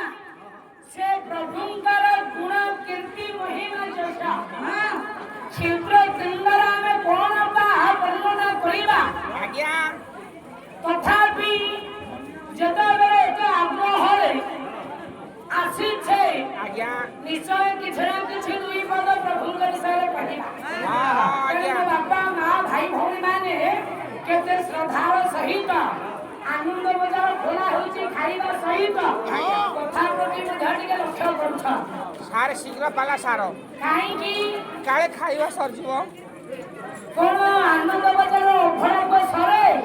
काले सरीजिवो मु खाइ ସରିବନି सारे तमे पाला करनला मु दी धड़ा खंडे खाइ देकी आउछी କି ଧଳା କାହିଁକି ତମେ ଜାଣୁନ ଗୋଟା ହଣ୍ଡା ଖାଇ ଦେଇକି ଆସିବ ଆଉ ଆସିଲା ବେଳ ଠାରୁ ଯୋଉ ଭାଇ ଆମକୁ ଡାକିଛନ୍ତି ହଁ। ଖାଇବାରେ କିଛି ଅସୁବିଧା ଦେଇଛନ୍ତି ନାଇଁ ଖାଇବା ଜଳିକିଆ ଚା ପାନ ବିରି ସିଗାରେଟ ସବୁରେ ଖୁନ୍ଦି ଦେଇଛନ୍ ତଥାପି ତମକୁ ମଞ୍ଚକୁ ଆସୁ ଆସୁ ଭୋକ ଲାଗୁଛି ହଁ କମ ଖାଇଛି କେତେ ଖାଇଛି କେମିତି ଗୋପାଳ ମାତ୍ର 20ଟା ଆଳୁ ଚପ 25ଟା ସିଙ୍ଗେଡ଼ା ବରା 24ଟା ତ ଖାଇଛି ଆଉ ଗୁଲୁଗୁଲା ତ 14ଟା ଥୁଆ ହେଇଥିଲା ତାକୁ ବି ଖାଇ ଯାଇଛି ଦେଖୁଛ ବାବା ଏତେ ଖାଇବା ପରେ ତଥାପି ମଞ୍ଚ ଉପରକୁ ଆସୁ ଆସୁ ଭୋକ ହଉ ତେଣୁ ଯାହା ହେଉ ଦୁଇ ପଦ ପ୍ରଭୁଙ୍କ କଥା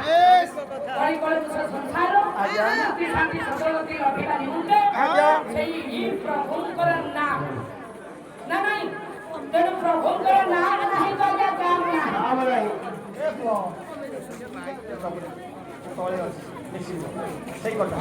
ତେଣୁ ଆଜ୍ଞା ପ୍ରଭୁଙ୍କର ନାମ ଦୁଇ ପଦ କାହିଁକି ନା ସତ୍ୟ ତ୍ରେତୟା ଦ୍ୱାପର କଳି ଏ ଚାରି ଯୁଗରେ ସଂସାରକୁ ଆଜ୍ଞା ଭଗବାନ ଅବତାରୀ ପୁରୁଷ ଯୁଗ ଅବତାରୀ ପୁରୁଷ ଯୁଗକୁ ଯୁଗ ସଂସାରକୁ ଆସି କଳମୁଷକୁ ଦୂର କରି ସନ୍ଥମାନଙ୍କୁ ରକ୍ଷା କରନ୍ତି ତେଣୁ ଯେଉଁ ସମୟରେ ଅନ୍ୟାୟ ଅନୀତି ପାପ ଗୁଡ଼ାକ ବଢ଼େ ସେହି ସମୟରେ ପ୍ରଭୁ ଅବତରଣ ଗ୍ରହଣ କରନ୍ତି ସାରେ ଅନ୍ୟାୟ ଅନୀତି ବଢିଲେ ପ୍ରଭୁ ଆସନ୍ତି ଆଉ ନହେଲେ ପ୍ରଭୁଙ୍କର କାର୍ଯ୍ୟ କଣ ଆରେ ଏଠି ଆଲୋକ ଅଛି ନା ନାଇଁ ଆଜ୍ଞା ଅନ୍ଧାର ଦୂର କରିବା ପାଇଁ ଆଲୋକ ଅଛି ତେଣୁ ଅନ୍ଧାର ଅଛି ବୋଲି ଆଲୋକର ମହତ୍ଵଟା ଅଛି ଆଜ୍ଞା ଆଜ୍ଞା ଆଉ ଦିନରେ କଣ ଏ ଲାଇଟ୍ ଲାଗିବ ନା ଦିନରେ ଏ ଲାଇଟର ମହତ୍ଵ ଅଛି ନାଇଁରେ ଦିନରେ ହାଲକିନି ନାଇଲେ କଣ ଦେଖାଯିବ କିଛି ଦେଖାଯିବ ତ ସେଇମିତି ଯେଉଁ ସମୟରେ ଅନ୍ୟାୟ ଅନୀତି ପାପ ଗୁଡ଼ାକ ହୁଏ ସେ ସମୟରେ ଭଗବାନ ଆସିଲେ ଭଗବାନଙ୍କର ମହତ୍ଵ ରୁହେ ନହେଲେ ସଂସାରକୁ ଭଗବାନ କାହିଁକି ଆସିବେ ନା ନାଇଁ ତେଣୁ ଯାହା ହେଉ ଇଏ ସୁନ୍ଦର ଆଜ୍ଞା ପ୍ରସଙ୍ଗ ଇଏ କରିବା ତେଣୁ ସମସ୍ତଙ୍କୁ ଅନୁରୋଧ ଖାଇବା ପିଇବା ସହିତ ଇଏ କଥା ପ୍ରତି ଲକ୍ଷ୍ୟ କଲେ ଭଲ ତେଣୁ ଯାହା ହେଉ ତାର ଆଜ୍ଞା କଥାଟା କଣ କମଳ ବନ୍ଧୁ ବଂଶ ଦଶ ସ୍ୟନ୍ଦନ ଶିଷ୍ୟ ହୀରା ସାର ପିୟୁଷ ରସ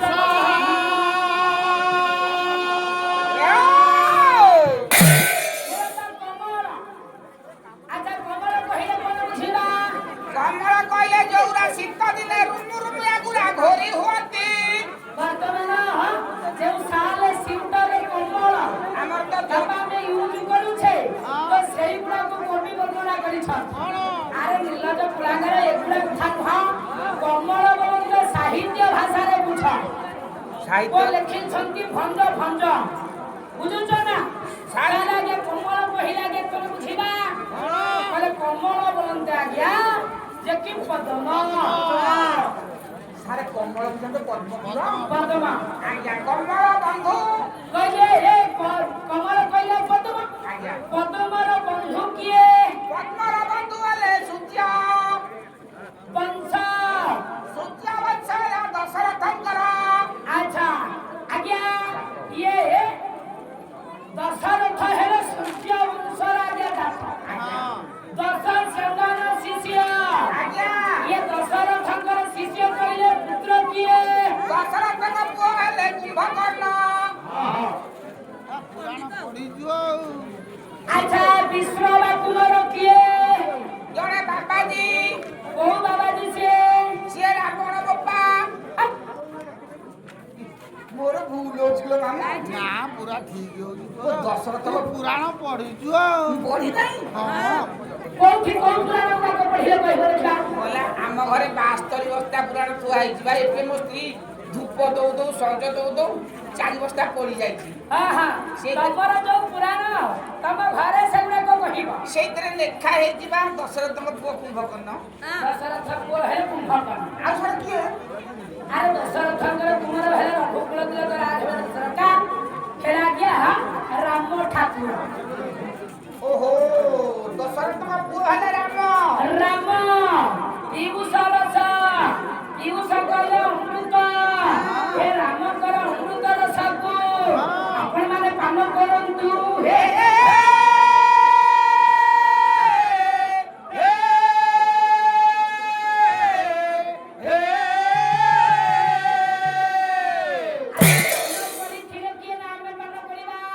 ଇଏ ଆଗରୁ ଆଜ୍ଞା ପାନ କରିଥିଲେ ପ୍ରଭୁଙ୍କର ରସକୁ କହିଲେ ନାମ ରସକୁ ପାନ କରିଥିଲା ଆଜ୍ଞା କିଏ ସେ ସେଇ ଆଜ୍ଞା ପଦରେ କହିଛନ୍ତି କବି କହିଲେ କମଳାସନ ଇସ ପାକ ଶାସନ ଶେଷ କମଳାସନ କମଳ କହିଲି ପଦ୍ମକୁ ଆସନ ହେଲା ବ୍ରହ୍ମାଙ୍କର କମଳାସନ ହେଲା ବ୍ରହ୍ମା ଈଶ ହେଲେ ମହାଦେବ ପାକ ଶାସନ କହିଲେ ଇନ୍ଦ୍ର ସନକାଦି ଋଷି ମାନେ ଯେଉଁ ପ୍ରଭୁଙ୍କର ରସକୁ ପାନ କରିଥିଲେ ଆପଣ ମାନେ ସେଇ ପ୍ରଭୁଙ୍କର ନାମ ରସକୁ ପାନ କରନ୍ତି ନାଇଁ ସାର୍ ସେ ରାମ ରସକୁ ବ୍ରହ୍ମା ପାନ କରିଥିଲେ ଇଏ ସେ ରାମ ରସକୁ ଶଙ୍କର ଭଗବାନ ପାନ କରିଥିଲେ ଶଙ୍କର ଭଗବାନ ଆଜ୍ଞା ପାନ କରିଥିଲେ ସାର୍ ମୋର ଭାରି ଇଚ୍ଛା ହଉଛି 4-6 ଗ୍ଲାସ ଖଣ୍ଡେ ଦଅନ୍ତନି ତାମାନେ ସେଟା କଣ ତମେ ପାନ କରିବା ମାନେ କହୁଛ ପାଣି ଏଇ ଯୋଉଟା ବୋତଲ ଭିତରେ ଯେମିତି ଆମେ ପାନ କରୁଛେ ସେ ରସ କୋଉଠି ମିଳୁଛି ସେ ରସ ପିଇବା ପାଇଁ ଜମା ମନ କରନା ଏ ପୁଅ ସେଇ ରସକୁ ପାନ କରି ଆଜି ଗୋଟାଏ ଓଡ଼ିଶାର ଯୋଗ୍ୟତମ ସନ୍ତାନ ହିମାଳୟ ସାଗର ବୋତଲରେ ଯୋଉ ରସ ଥିଲା ନା ପିଇଲା ଆଉ ସଂସାର ଅଛି କାଲିଠୁ ଶେଷ ହେଲା ନା ନାଇଁ ଇଏ କହୁଛନ୍ତି ସେଇ ରସକୁ ପାନ କରି ସେ ରସ ପାନ ପିଇଲେ ଜିନିଷ ଏମିତିଆ ଜିନିଷ ମାନେ ବଢିଆ ଜିନିଷ ତ ମରିବା ଜିନିଷ ଅଛି ଓ ମାଇ ଆରେ ସେ ରସ ପାନ କରିବା ପାଇଁ କଥା ପଡ଼ିନି ପ୍ରଭୁଙ୍କର ନାମ ରସ ପାନ କର ନାମ ରସ ହଁ ସାରେ ମୁଁ ଆଉ ନାମ ରସ ନେବି ନାହିଁ କାହିଁକି ନବନି ଥରେ ନାମ ରସ ନେଇକି ନାମ ନେଇକି ଆରେ ନାମ ମାନେ କୋଉ ନାମ ନେବ ଆମ ଗାଁ ଧୋପା ମତେ ନାମ ଦେଇଥିଲା କେତେ କୋଉଠେଇ ମୋ ବୋଉ ପଡ଼ିଗଲା ବଂଶ କୁଟୁମ୍ବ ସମସ୍ତଙ୍କର ଲୁଗାପଟା ସଫା କଲା ମୋ ପଇସା ଦେବି ବୋଲି ଠକିଲି ଆଉ ଆଚ୍ଛା 3 ବର୍ଷ ଗଡ଼ିଗଲା ହଁ ମାମୁଲୋ ତୋତେ ମିଛ ମତେ ସତ ସନ୍ଧ୍ୟା ବେଳେ ପୋଖରୀ କୂଳେ ତାଳ ଗଛ ମୂଳେ ଝାଡ଼ା ବସିଲା ବେଳେ ପୁଅ ଦେଖିଲା ମୁଁ ବଇଛି ମୁଳି ଠେଙ୍ଗାରେ ଥୋଇଲା ଆଉ କହିଲା ମତେ ପଇସା ଦେଇ ମୁଁ 3 ବର୍ଷ ହେଲା ଠକିଲି ନାମ ନେ ଆଚ୍ଛା ସେ ତୁମ ଗାଁର ରଜକ ମୋ ନାମ ସେଇଠି ନେଇଦେଲି 3 ମାସ ବେଳରେ ପଡ଼ିକି ରହିଲି ଝାଡ଼ା ପରିସ୍ରା ସବୁ କିତି ସଫା କଲା ତାମାନେ ସେ କହିଲା ନାମ ନେ କହିଲା ପଇସା ଦେଇନ ହଁ ନାମ ନେ ତମେ ସେଇ ନାମ କଥା ଏଠି କହୁଛ ଆଉ ନାମ ନେବି ହେ? ଆରେ ସେ ନାମ କଥା ପଡ଼ିନି ଆଉ ପ୍ରଭୁଙ୍କର ନାମ ସିଏ ଗୋଟେ ଜିନିଷ ଅଛି ଅର୍ଥାତ ରାମ ନାମ ଏ ରାମ ନାମର ଅଛି ଆଜ୍ଞା ମଧୁର ଏ ରାମ ନାମ ହେଉଛି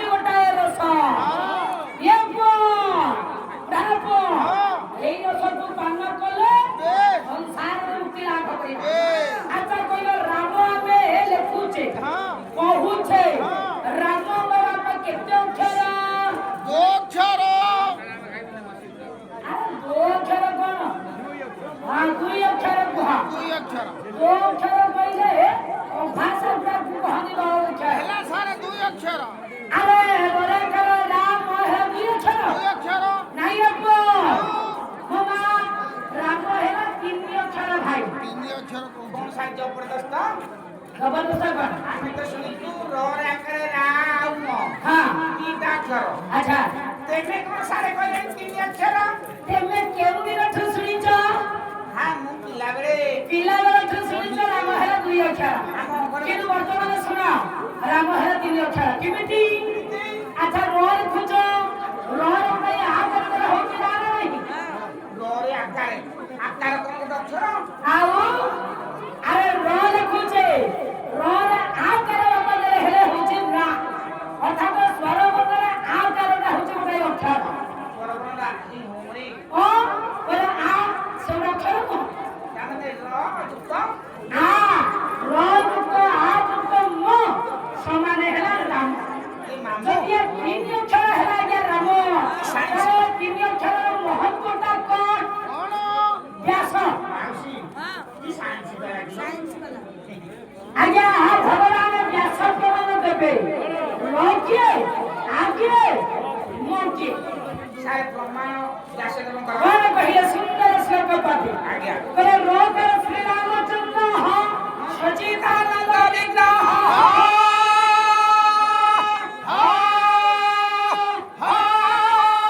ଆକାର ଜାନକୀ ମାତା ମୋକର ଲକ୍ଷ୍ମଣ ସୁତ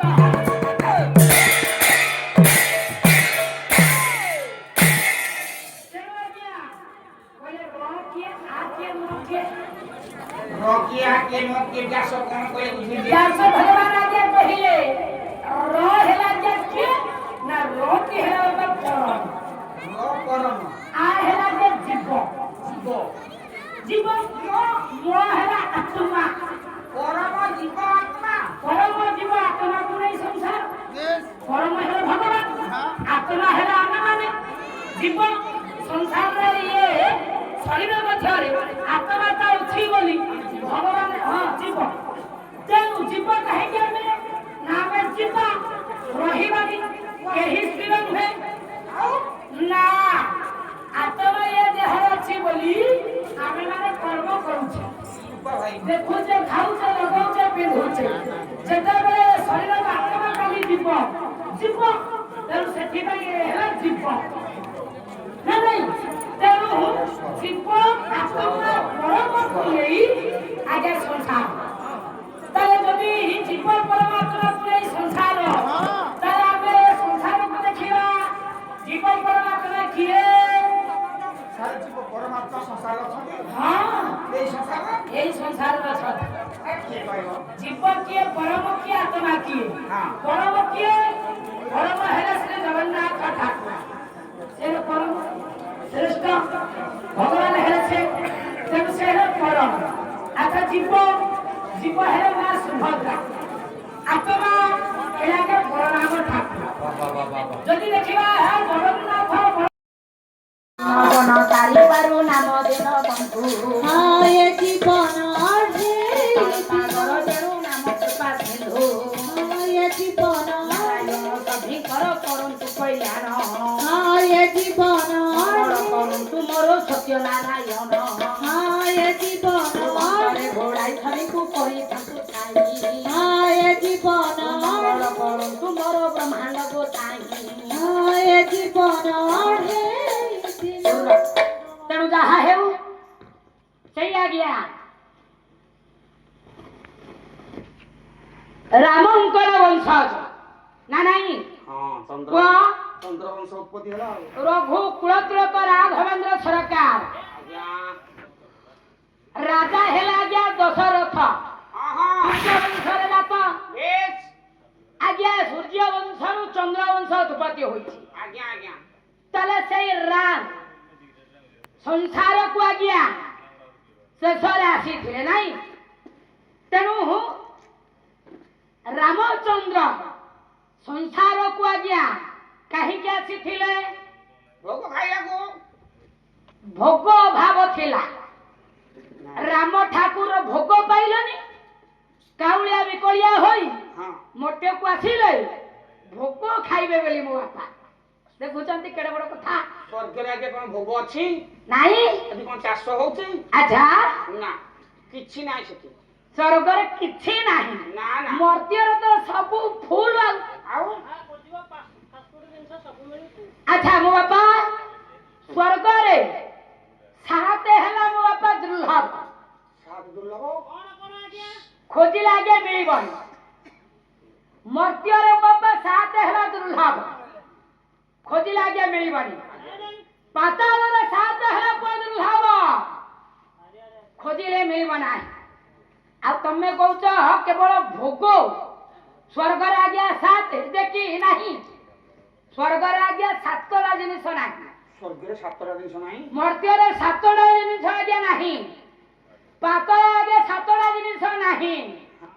ତାହେଲେ ଦେଖିବା ପୂର୍ଣ୍ଣ ବ୍ରହ୍ମ ଦେଖି ରାମ ଠାକୁର ସଂସାରକୁ ମୋ ବାପା କାହିଁକି ଆସିଲେ? ସନ୍ଥ ତୁଳସୀଦାସ ରାମଚରିତ ମାନସରେ ମୋ ବାପା ଗୋଟାଏ ପଦ କହିଲେ। କଣ ପୁଅ କହିଲେ? କହିଲେ ରାମ ଜନ୍ମ କେ हेतु अनेक परम विकृत से ही एक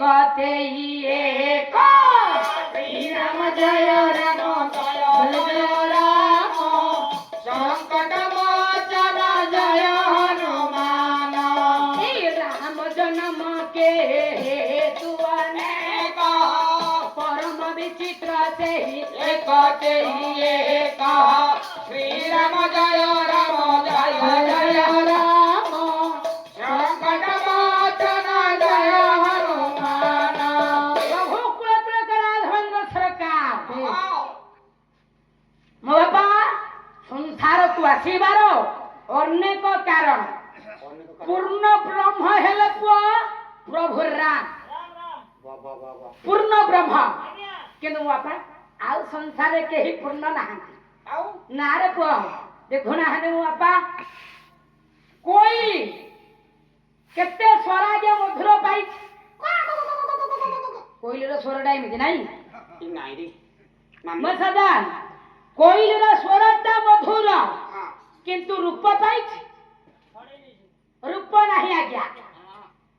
ସ୍ୱର ମଧୁର ଆଜ୍ଞା ମୟୂର ରୂପ ପାଇଛି କିନ୍ତୁ ତାର ଇଚ୍ଛା ନାହିଁ। ପୂର୍ଣ୍ଣ ନୁହଁ। ଇଚ୍ଛା କାହାର ଅଛି ନା ମାନବର? ନାଇଁ ବାପା ମାନବର ଇଚ୍ଛା ଅଛି କିନ୍ତୁ ତା ପାଖରେ ସନ୍ତୁଷ୍ଟ ନାହିଁ। ଅଛି ବାପା ମାନବ ଠିଆ ସନ୍ତୁଷ୍ଟ ନାହିଁ। ଆଚ୍ଛା ଶାନ୍ତି ଦେଲେ କାହାକୁ ନା ସାଧୁଙ୍କୁ ନା ବାପା ଶାନ୍ତି ରହିଗଲା ଶାନ୍ତ ରହିଲେ ସାଧୁ ମାନେ କିନ୍ତୁ ତାଙ୍କୁ ସଂସାର ଦେଲେ ଅର୍ଥାତ ପୂର୍ଣ୍ଣ ସଂସାରରେ କେହି ନୁହଁ। ବଡ ସଂସାର କରିଥିଲେ ଇଏ ସାରଥୀ ବାବା ମୋ ସ୍ତ୍ରୀ ସେଠି ଥିଲା ମାସେ ଖଣ୍ଡେ ମୁଣ୍ଡଟାକୁ ମାନିବାକୁ ପଡିବ। ଆପଣ ଦେଖୁଛନ୍ତି ସଂସାରରେ କେହି ପୂର୍ଣ୍ଣ ନୁହନ୍ତି। କୋଇଲି ସ୍ୱର ପାଇଛି ରୂପ ନାହିଁ। ମୟୂର ରୂପ ପାଇଛି ଆଜ୍ଞା ଇଚ୍ଛା ନାହିଁ। ମାନବ ଆଜ୍ଞା ଅଛି ସବୁ ଇଚ୍ଛା ଅଛି କିନ୍ତୁ ତା ପାଖରେ ସନ୍ତୁଷ୍ଟ ନାହିଁ। ସାଧୁ ପାଖରେ ସନ୍ତୁଷ୍ଟ ଅଛି ସଂସାର ନାହିଁ। କିନ୍ତୁ କହିଲେ ଅଛି ନା ସାଧୁ ପାଖରେ ସଂସାର ସାରଥୀ ବାବା ବାନା ବାବା ସେ ବିଭିନ୍ନ ପ୍ରକାର ଯୋଉ ବାବା ଅଛନ୍ତି ସେ ସବୁ ସଂସାର ଗଢି ଦେଇଛନ୍ତି। ତେଣୁ ତମେ କହୁଛ ତାମାନେ ସାଧୁ ସନ୍ଥ ମାନଙ୍କର ବି ସଂସାର।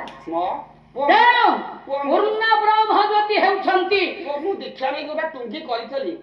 ଯେମିତି ବାବା ମାନେ ସବୁ ବନ୍ଧା ହେଲେ ଟୁଙ୍ଗି ଭାଙ୍ଗି ଦେଇକି ଆସି ଘରେ ଦାଢି ଫାଡି ସବୁ ରାଖି ଦେଲି ବା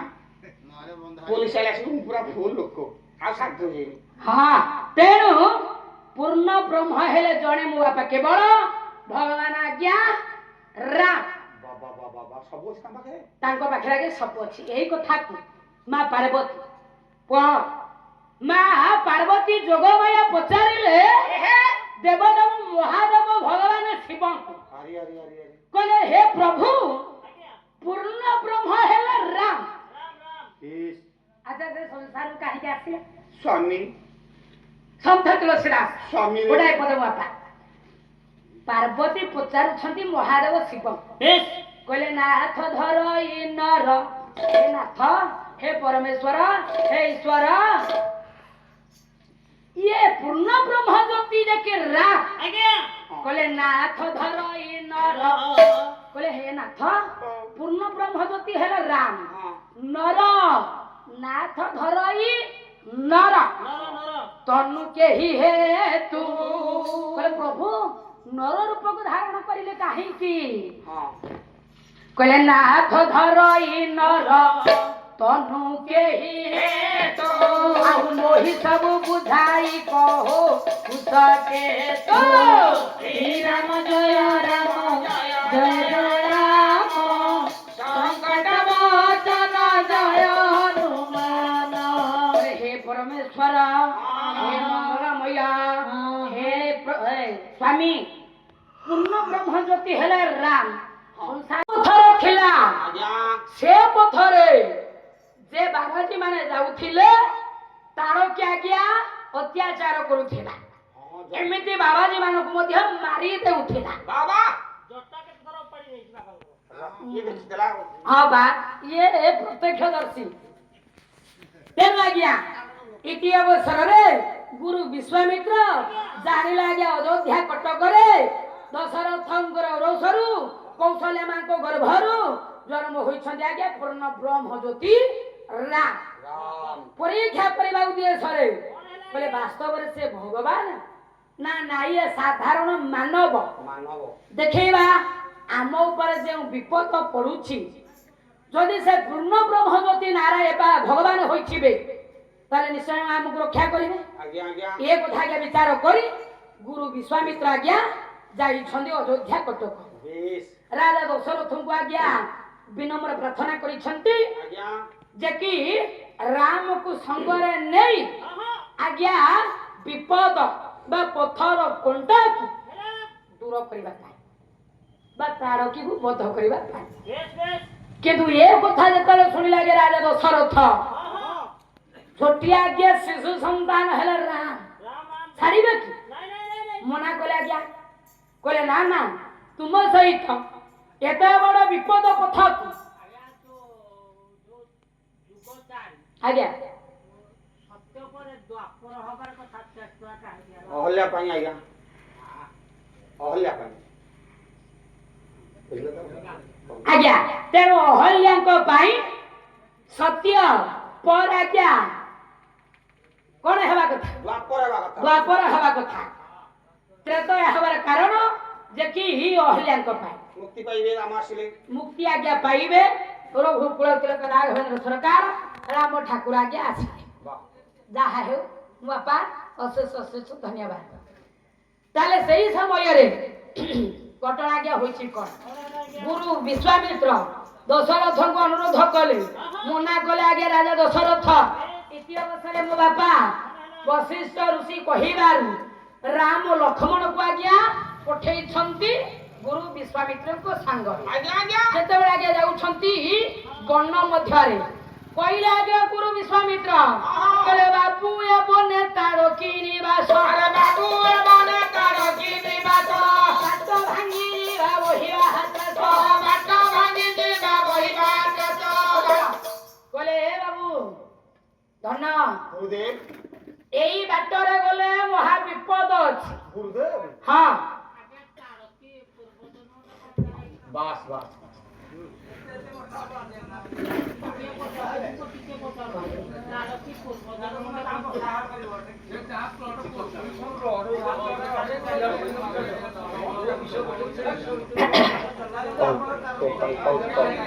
ओ बाबा ठीक अछि ସେ ଆଉ ଯାଉଛି ଆଜ୍ଞା जाउछु आज्ञा से यार को आपनको कथा कुहा किछ असुविधा नाही जत किंचित आपनको आशीर्वाद प्रभुंकर आज्ञा आसीच जानिथिले कहला किछ कथा नाही आमे कोन ब्रह्माकर परपुत्र जदि जानिथिबु कहबु जानि न कहबु किछ कथा नाही आ जदि बा मो आपा प्रश्न पचारि छथि आमे जदि न जानिथिबु कहि देले किछ असुविधा नाही जानिबा कथा आउ को मंचरे पचारिबे किछ कथा नाही ଭଲ मना कहतु नाही तेणु आज्ञा ताले घटना आज्ञा होइछि कोन जाउछन्ती जतेबेले ये गुरु विश्वामित्र कहले एई बाटरे गले महा विपद अछि ଗୁରୁଦେବ हां ଏ ବାଟରେ ଗଲେ ମହାବିପଦ तेणु କେତେ ସମୟ ଲାଗିବ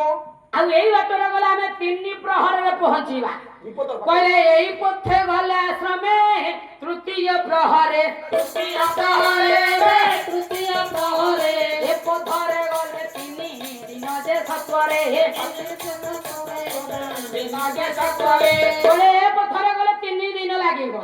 आ ए बाटरे गले 3 प्रहर लागिबो ହେଲେ ଗୁରୁଦେବ କିନ୍ତୁ ଏଇ ଯୋଉ 3 ପ୍ରହର ବାଟରେ ଯଦି ଆମେ ଯିବା ଗୋଟେ ବଡ ବିପଦ ଅଛି। ଗୁରୁଦେବ ହଁ ବଡ ବିପଦ ଅଛି। ହଁ ଯେକୌଣସି ବିପଦ ଥାଉ ଆମେ ଯୋଉ ବାଟରେ କମ ସମୟ ହବ ଆଚ୍ଛା ଆମେ ସେଇ ବାଟରେ ଯିବା। କହିଲେ ଠିକ ଅଛି। ଯୋଉ ବାଟରେ ଆମେ ଯଥାଶୀଘ୍ର ଯାଇ ପହଞ୍ଚିବା ବିଶ୍ରାମ କରିବା କ୍ଳାନ୍ତିରୁ ରକ୍ଷା ପାଇବା ସେ ପଥରେ ଯିବାଟା ଆମକୁ ଶ୍ରେୟସ୍କର। ନା ନାଇଁ ମୋ ବାପା ଭଗବାନଙ୍କର ସେମିତି ଆଜ୍ଞା ନିକଟବର୍ତ୍ତୀ ହେବା ପାଇଁ ହେଲେ ସଂସାରର ଅନେକ ପଥ ମୋ ବାପା ଅଛି। ନା ନାଇଁ ଅନେକ ପଥ ମଧ୍ୟରେ ଏଇ ଗାଁକୁ ଦେଖୁନାହାନ୍ତି ଏଇ ବସୁଲେଇ ଗ୍ରାମକୁ ଆସିବା ପାଇଁ ଆଜ୍ଞା ଅନେକ ବାଟ ଅଛି। କୋଉ ବାଟରେ ଆଜ୍ଞା ପହଞ୍ଚିବା ପାଇଁ ଗୋଟେ ଦିନ ଲାଗିବ କୋଉ ବାଟରେ ଆସିଲେ ଆଜ୍ଞା ଘଣ୍ଟାଏ ମଧ୍ୟ ଲାଗିବ। ହଁ କଣ କଟକରୁ ଆସିବା ପାଇଁ ଆଜ୍ଞା କୋଉ ବାଟରେ 4 ଘଣ୍ଟା କୋଉ ବାଟରେ ଆଜ୍ଞା ଆସିଲେ ଦିନ ସାରା ଲାଗିବ। ନା ନାଇଁ ତମେ ବହୁତ ବଲ୍ଲର ଛକ ନାଇଁ। ଆଚ୍ଛା ତେଣୁ ସେଇମିତି ଭଗବାନଙ୍କର ନିକଟବର୍ତ୍ତୀ ହେବା ପାଇଁ ହେଲେ ଆଜ୍ଞା ଅନେକ ବାଟ ଅଛି। ତେଣୁ ଯଥାଶୀଘ୍ର ପହଞ୍ଚି ବିଶ୍ରାମ କରିବା କ୍ଳାନ୍ତ ଦୂର ହେବ ସମୟ ବଞ୍ଚିଯିବ ସେଇ ବାଟରେ ଯିବାଟା ଶ୍ରେୟସ୍କର। ରାମ ଆଜ୍ଞା କହିଲେ ଗୁରୁଦେବ ଯେଉଁ ପଥରେ ଆମେ ଶୀଘ୍ର ଯାଇପାରିବା ଆଶ୍ରମରେ ପହଞ୍ଚିବା ସେ ବାଟଟା ହେଉଛି ଆମ ପାଇଁ ଶ୍ରେୟସ୍କର। ଶୁଣିବା ମାତ୍ରେ ଆଜ୍ଞା ଗୁରୁ ବିଶ୍ୱାମିତ୍ର ବିଶ୍ୱାସ ଆଜ୍ଞା ହେଲା। କହିଲା ଠିକ ଅଛି ଏ ହେଉଛନ୍ତି ପୂର୍ଣ୍ଣ ବ୍ରହ୍ମ ଏ ହେଉଛନ୍ତି ଭଗବାନ। ମହାବିପଦ ଶୁଣିବା ପରେ ଯିଏ କହୁଛନ୍ତି ଏଇ ବିପଦ ପଥରେ ଯିବେ ସେ କଣ ସାଧାରଣ ହେଇପାରିବେ? ନା ନା ନା ସେ ଅସାଧାରଣ। ଯଦି ବିପଦକୁ ସାମ୍ନା କରିବାର ଯାହା ସାହସ ଅଛି ଶକ୍ତି ଅଛି ସେ କେମିତି ସାଧାରଣ ହେବେ? ବାସ୍ତବରେ ଇଏ ଭଗବାନ। ବିଶ୍ୱାସ ଆଜ୍ଞା ଜାଗ୍ରତ ହେଉଛି ଗୁରୁ ବିଶ୍ୱାମିତ୍ରଙ୍କର ଆଜ୍ଞା ମନରେ। ଯାଉଛନ୍ତି ଆଜ୍ଞା ଯେତେବେଳେ ମୋ ବାପା ଯାଉଛନ୍ତି ଇତି ଅବସରରେ ଆଜ୍ଞା ତାରଖି ତା ନିବାସରେ ଆଜ୍ଞା ଅଛି। ଇଏ ନିକଟବର୍ତ୍ତୀ ହୋଇ ଯେତେବେଳେ ଆଜ୍ଞା ଅରଣ୍ୟ ପ୍ରଦେଶରେ ଟିକେ ଆଜ୍ଞା ଶବ୍ଦ ହୋଇଛି। ରାମ ଲକ୍ଷ୍ମଣ ଆଜ୍ଞା ଯାଉଛନ୍ତି ଗୁରୁ ବିଶ୍ୱାମିତ୍ର ଆଜ୍ଞା ପଥ ଦେଖେଇ ଯାଉଛନ୍ତି କିଛି ଅବସରରେ ଯେତେବେଳେ ଆଜ୍ଞା ଶବ୍ଦ ହୋଇଛି ତାରଖି ଆଜ୍ଞା ଚାହିଁଦେଲା କହିଲା ଆରେ ଇଏ ଅରଣ୍ୟ ପଥରେ କିଏ ଆସିଲେ? କୌଣସି ଜୀବଜନ୍ତୁ ନା କୌଣସି ଯୋଗୀମୁନି ନା କୌଣସି ମାନବ। ଯେତେବେଳେ ଆଜ୍ଞା ଦୃଷ୍ଟି ଖୋଲି ଚାହିଁ ଦେଇଛି ଦେଖିଲା ଆଜ୍ଞା ତାରଖି ପୂର୍ଣ୍ଣ ବ୍ରହ୍ମ ଜ୍ୟୋତି ହେଲା ଆଜ୍ଞା ସେଇଠି ମୋ ବାପା କବି ସମ୍ରାଟ ଉପେନ୍ଦ୍ର ଭଞ୍ଜ ଗୋଟାଏ ପଦ ଲେଖିଛନ୍ତି ବନ ପ୍ରାସାଦ। କଣ ବାପା ଦେଖିଦେଲା ଆଜ୍ଞା ତାରଖି ପ୍ରଭୁଙ୍କର ଆଜ୍ଞା ରୂପ ଯେତେବେଳେ ଦେଖି ଦେଇଛି ଆଜ୍ଞା ମନ ମଧ୍ୟରେ କଣ ଚିନ୍ତା କଲା କହିଲା ବଜ୍ର ଉପରେ କି ବଜ୍ର ଉପରେ କି ବଜ୍ର ପଡ଼ିଲା ବିଶ୍ରାମ ସ୍ଥାନ ତାରକେ ପଡ଼ିଲା ବିଶ୍ରାମ ସ୍ଥାନ ତାରକେ ପଡ଼ିଲା ବିକ୍ରମୀ ଆସିଲା ମୋହନରୁ ଗଜେ ବଡ଼ ମେଘ ଖଣ୍ଡ ଯିବା ୟୁଦ ବଡ଼ ମେଘ ଖଣ୍ଡ ଯିବା ୟୁଦ ଦେଖିଦେଲେ ଯେତେବେଳେ ଆଜ୍ଞା ତାରକା ବିପଦ ଖନେଇ ଆସିଲା ମସ୍ତକରେ ପଡିଲା ଆଜ୍ଞା ବଜ୍ର। କହିଲା ଏତେ ସମୟ ଏତେ ପର୍ଯ୍ୟନ୍ତ ଯାହାଙ୍କୁ ମୁଁ ଅପେକ୍ଷା କରିଥିଲି ସିଏ ଚାଲି ଆସିଛନ୍ତି। ମନରେ ସିନା ଭକ୍ତି କିନ୍ତୁ ମନ ମଧ୍ୟରେ ଚିନ୍ତା କରୁଛି ତାରକି ଆଜି ମୋର ନିସ୍ତାର ନାହିଁ। ଏ ରାମ କପଡ଼ରୁ ମତେ ରକ୍ଷା କରିବ କିଏ? ସିନା ଯୋଗୀ ମୁନି ଋଷିମାନଙ୍କ ଉପରେ ମୁଁ ହେଲି ରାଜା କିନ୍ତୁ ରାମଙ୍କ କପଡ଼ରୁ ତ ମୁଁ ରକ୍ଷା ପାଇପାରିବି ନାହିଁ। କହିଲା ଆଜ୍ଞା ବଜ୍ର ଇତସ୍ତତ ହୋଇଗଲା ଆଜ୍ଞା ତାରକି ବୋଲେ କଣ କରିବି ୟାଙ୍କ ସହିତ ଯୁଦ୍ଧ କରି ମୁଁ କଣ ବର୍ତ୍ତି ପାରିବି? ବଜ୍ର ପଡିଲା ଆଜ୍ଞା ବିଶ୍ରାମ ଭୁଲିଗଲା ଚଳଚଞ୍ଚଳ ହୋଇଥିଲା ଆଜ୍ଞା ତାରକି। ସେଇ ସମୟରେ ଗୁରୁ ବିଶ୍ୱାମିତ୍ର କହିଲେ ହେ ରାମ ମାର ତାରକି।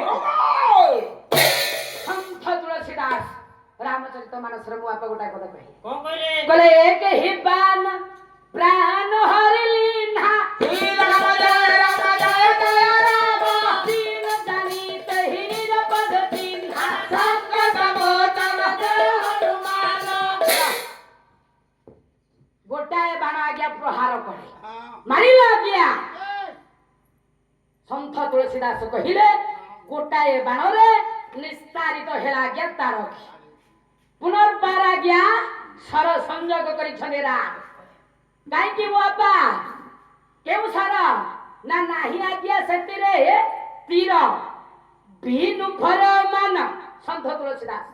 କହିଲେ ବିନୁ ଫର ମାନ ରମତ ହି ମାରା श्री राम जय राम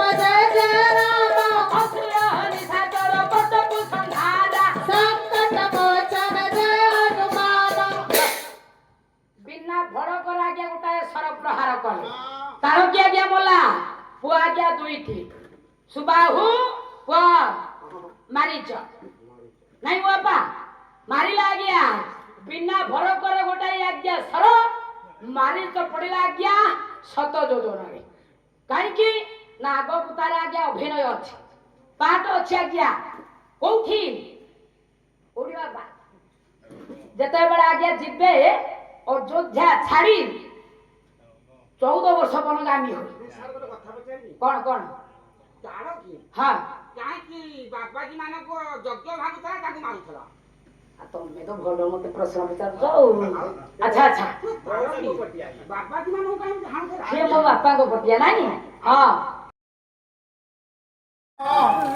ବ୍ରହ୍ମାଣ୍ଡ କହେ ସଚରାଚର ଜଗତକୁ ସୃଷ୍ଟି କରୁଛି କିନ୍ତୁ କଂସଟା ତା ଭିତରେ କଣ ଅନ୍ୟାୟ କରୁଛି ମୁଁ ତ ଜାଣିନି ତାର ସମାଧାନ କରିବି ନା ତେଣୁ ମୁଁ ଯେତେବେଳେ ବ୍ରହ୍ମାଣ୍ଡ ପଚାରିଲେ ଭାଇ ସେଇ ସମୟରେ ହରିକେନା କହିଲେ ଶୁଣନ୍ତୁ ଆଜ୍ଞା କହିଲେ 9 ଧାରା ପର୍ବତ ଧାରା 9 ଧାରା ସପ୍ତ ସାଗର ହିନ୍ଦୁ ଗାଈ ମହାଭାରା ଭାରା ବିଶ୍ୱାସ ଘାତ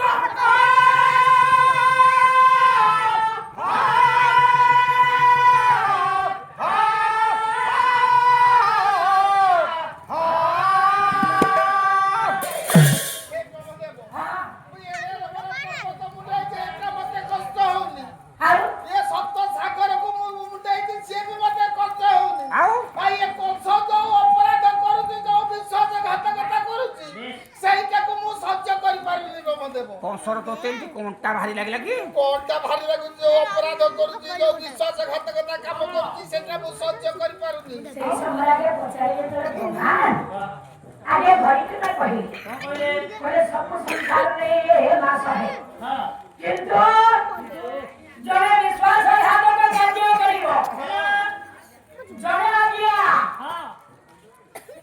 ବିଶ୍ୱାସଘାତକ କର୍ମ ସହିତ ଯଦି ଆଜ୍ଞା ନିନ୍ଦା କରିବ ପରର ନିନ୍ଦା ପରର ନିନ୍ଦା କଲେ ସହିପାରିବେ ଲୋକନାଥ କଳକୁ ବାବା କହିଛନ୍ତି କଣ କହିଲେ ଆଜ୍ଞା ପର ନିନ୍ଦା ତାହେଲେ କିଏ ବାହାର କରେ ଆଜ୍ଞା ଆଜ୍ଞା କହିଲେ ପର ନିନ୍ଦା ବିନା ଲୁଜର କେବେ ହେ ହେବ ରୋହିର ପାରଇ ପାରେ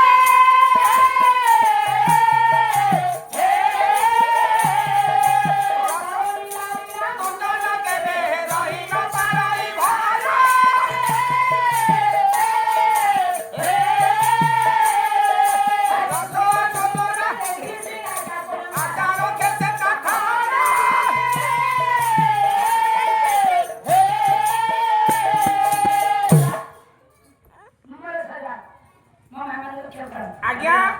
କହିଲେ ଆଜ୍ଞା ଲୋକନାଥ କର ବାବା ବାବା ଯିଏ ଦୁଷ୍ଟ ଯିଏ ଦୁଷ୍ଟ ବାବା ଆଜ୍ଞା ନିଜକୁ ସବୁବେଳେ କହିବ ଭଲ ନିଜ ଉପରେ ଭଲ ଯେମିତି ଆଜ୍ଞା ଗାଈଟା ହୁଅନ୍ତୁ ଗାଈ ଗୁଣା ହୁଅନ୍ତୁ ବାବା ବାବା କହିଲେ ମୋ ଠାରୁ ଆଉ ଭଲ କଳାକାର କେହି ନାହାନ୍ତି ନାଇଁ ନାଇଁ ମୋ ଠାରୁ ଆଉ ଭଲ ଆଜ୍ଞା ଗାଇବାରେ କେହି ନାହାନ୍ତି ନାଇଁ ନାଇଁ ଏଇ ଯୋଉ ଅହଂଭାବ ବୁଝୁଛ ନା ହଁ ବୁଝୁଛ ଏଇ ଯୋଉ ଅହଂଭାବଟା ଆଜ୍ଞା ତେଣୁ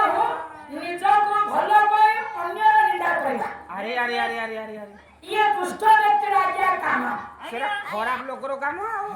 ନନସେନ୍ସ ଗୁଡାଙ୍କର କାମ ଆଉ ତେଣୁ ମୋ ମା ଅହଂ ଅହಂ କହିଲେ ଗର୍ବକୁ ହଁ ଅହଂ କହିଲେ ଗର୍ବ ହଁ ରେ ପୁଅ ଗାଈ କହୁଛ ଆଜ୍ଞା ଇଗୋ ଇଂଲିଶରେ କହୁଛ ଇଗୋ କହୁଛ ନା ନାଇଁ ଇଜିଓ ନିଜକୁ ଭଲ କରିବା ଅନ୍ୟର ନିନ୍ଦା କରିବା ହେ ତୁ ତାମାନେ ମୁଁ ଭଲ ଏଇ ଯୋଉ ଗର୍ବ ଗର୍ବ ତାକୁ ଇଂଲିଶରେ ଭାଇ କହନ୍ତି ego ego Igor full form କଣ ଇଗୋ ଇଜିଓ ବା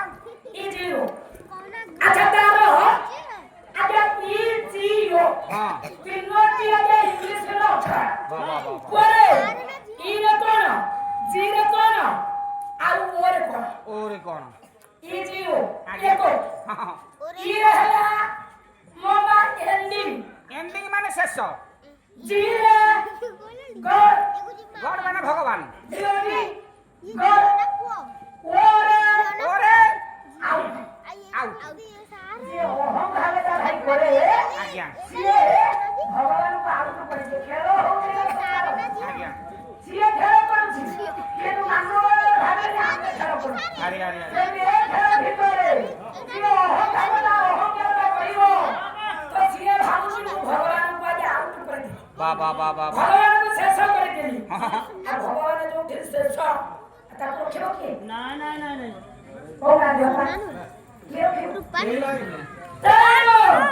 এই অহংভাবটা নিজକୁ ଭଲ ରହିବା ଅନ୍ୟର ନିନ୍ଦା କରିବା ଉଜ୍ଜଳ ବ୍ୟକ୍ତି ପ୍ରାୟ ନ ହେବା ଉଚିତ ବା ବା ବା ଆଉ କଂସ କରୁଛି କଣ ଧରିତ୍ରୀ ମା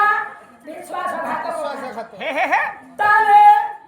ବିଶ୍ୱାସଘାତକ କାର୍ଯ୍ୟଟା ବା କଲା କଣ କଣ ସିଏ କଲା ତାକୁ ଯେ ଜନ୍ମ ଦେଇଛି 10 ମାସ 10 ଦିନ ଗର୍ଭରେ ଧରି ମୋ ମା ହଁ ମା ଯେ ଜନ୍ମ ଦେଇଛି ହଁ ତା ବୋଉ ତ ଆଉ ଛୋଟରୁ ବଡ଼ କଲା ଦୁନିଆ ବର୍ତ୍ତମାନରେ ଠିଆ କଲା ଆଶା ଆଶା ହେଉଛି ରାଜା ହେବ ବାପା ବାପା ଉଗ୍ରସେନାରେ ରାଜା ହେବ ବାପା ଆଜ୍ଞା କିନ୍ତୁ ଆଗେ ପଞ୍ଚ କଲା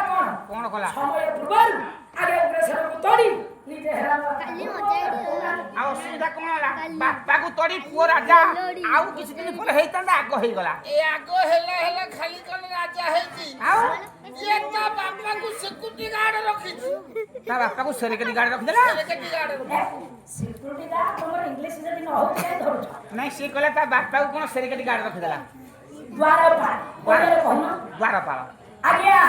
ତୋଡ଼ିଲା ସିଂହାସନରୁ ଆଜ୍ଞା ଉଗ୍ରସେନକୁ ଆଜ୍ଞା କଂସର ଘେରେ ଦ୍ୱାରପାଳ ଆରେ ବାପାରେ ଯୋଉ ଆଶା ବିଶ୍ୱାସ ନାଇଁ ସମୟ ହେଇଛି ବାପା ଦେଇ ଖାତା ପ୍ରଭୁ ସିଂହାସନ କିନ୍ତୁ କଂସ କଣ କରେ ସମୟ ପୂର୍ବରୁ ବାପାକୁ ତୋଡ଼ି ଦ୍ୱାରପାଳ ରଖି ରାଜା ବାପା ଆଜ୍ଞା ଆଜ୍ଞା ଆଚ୍ଛା ଏ ବାପାର ପୁଅ ପ୍ରତି ବିଶ୍ୱାସ ରହିଲା ନାଇଁ ତ ଭାଗବତ ଆଗେ ପଢୁଛନ୍ତି ଏବେ ତ ଭାଗବତ ଆଗେ ଟୁଙ୍ଗି ନାହିଁ ନାଇଁ ଛାତ ହେଇଗଲାଣି ସବୁ ଆପଣଙ୍କୁ କଣ ଦରକାର ଏ ଆରେ ଛାତ ନୁହଁ ଆଉ ଟୋଟାଲ ଭାଗବତ ଟୁଙ୍ଗି ନାହିଁ ଅଛି ସାର୍ ଅଛି ଅଛି ହଁ ଆଉ ଟୁଙ୍ଗି କିନ୍ତୁ ହଉଛି ଯେ ଅଛି ଯେ କିନ୍ତୁ ଭାଗବତ ଟୁଙ୍ଗି ନାହିଁ ଭାଗବତ ପଢା ହଉ ଆଉ ଲୋକଙ୍କୁ ଆରେ ହଉଛି କଣ ଆଗେ ବସୁଥିଲା ସବୁ ଟୁଙ୍ଗିରେ ଭାଗବତ ଥିଲା ସବୁ ଟୁଙ୍ଗିରେ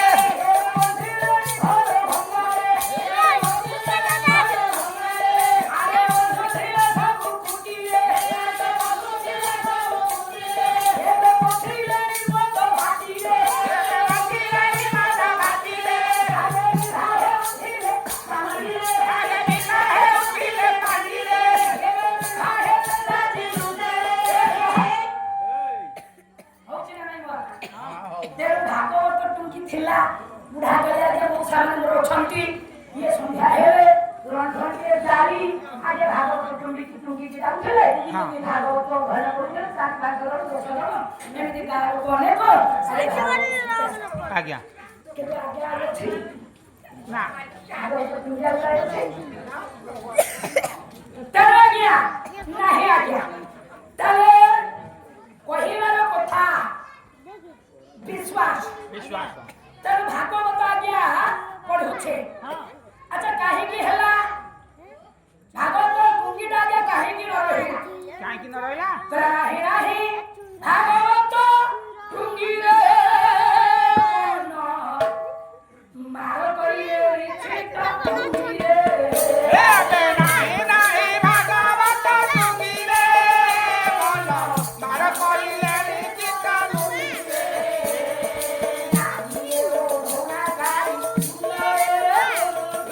ନାହିଁ ଏ ଓଢ଼ଣା ଦାଢ଼ି ମୁଣ୍ଡରେ ଲଗନ ଗାଇ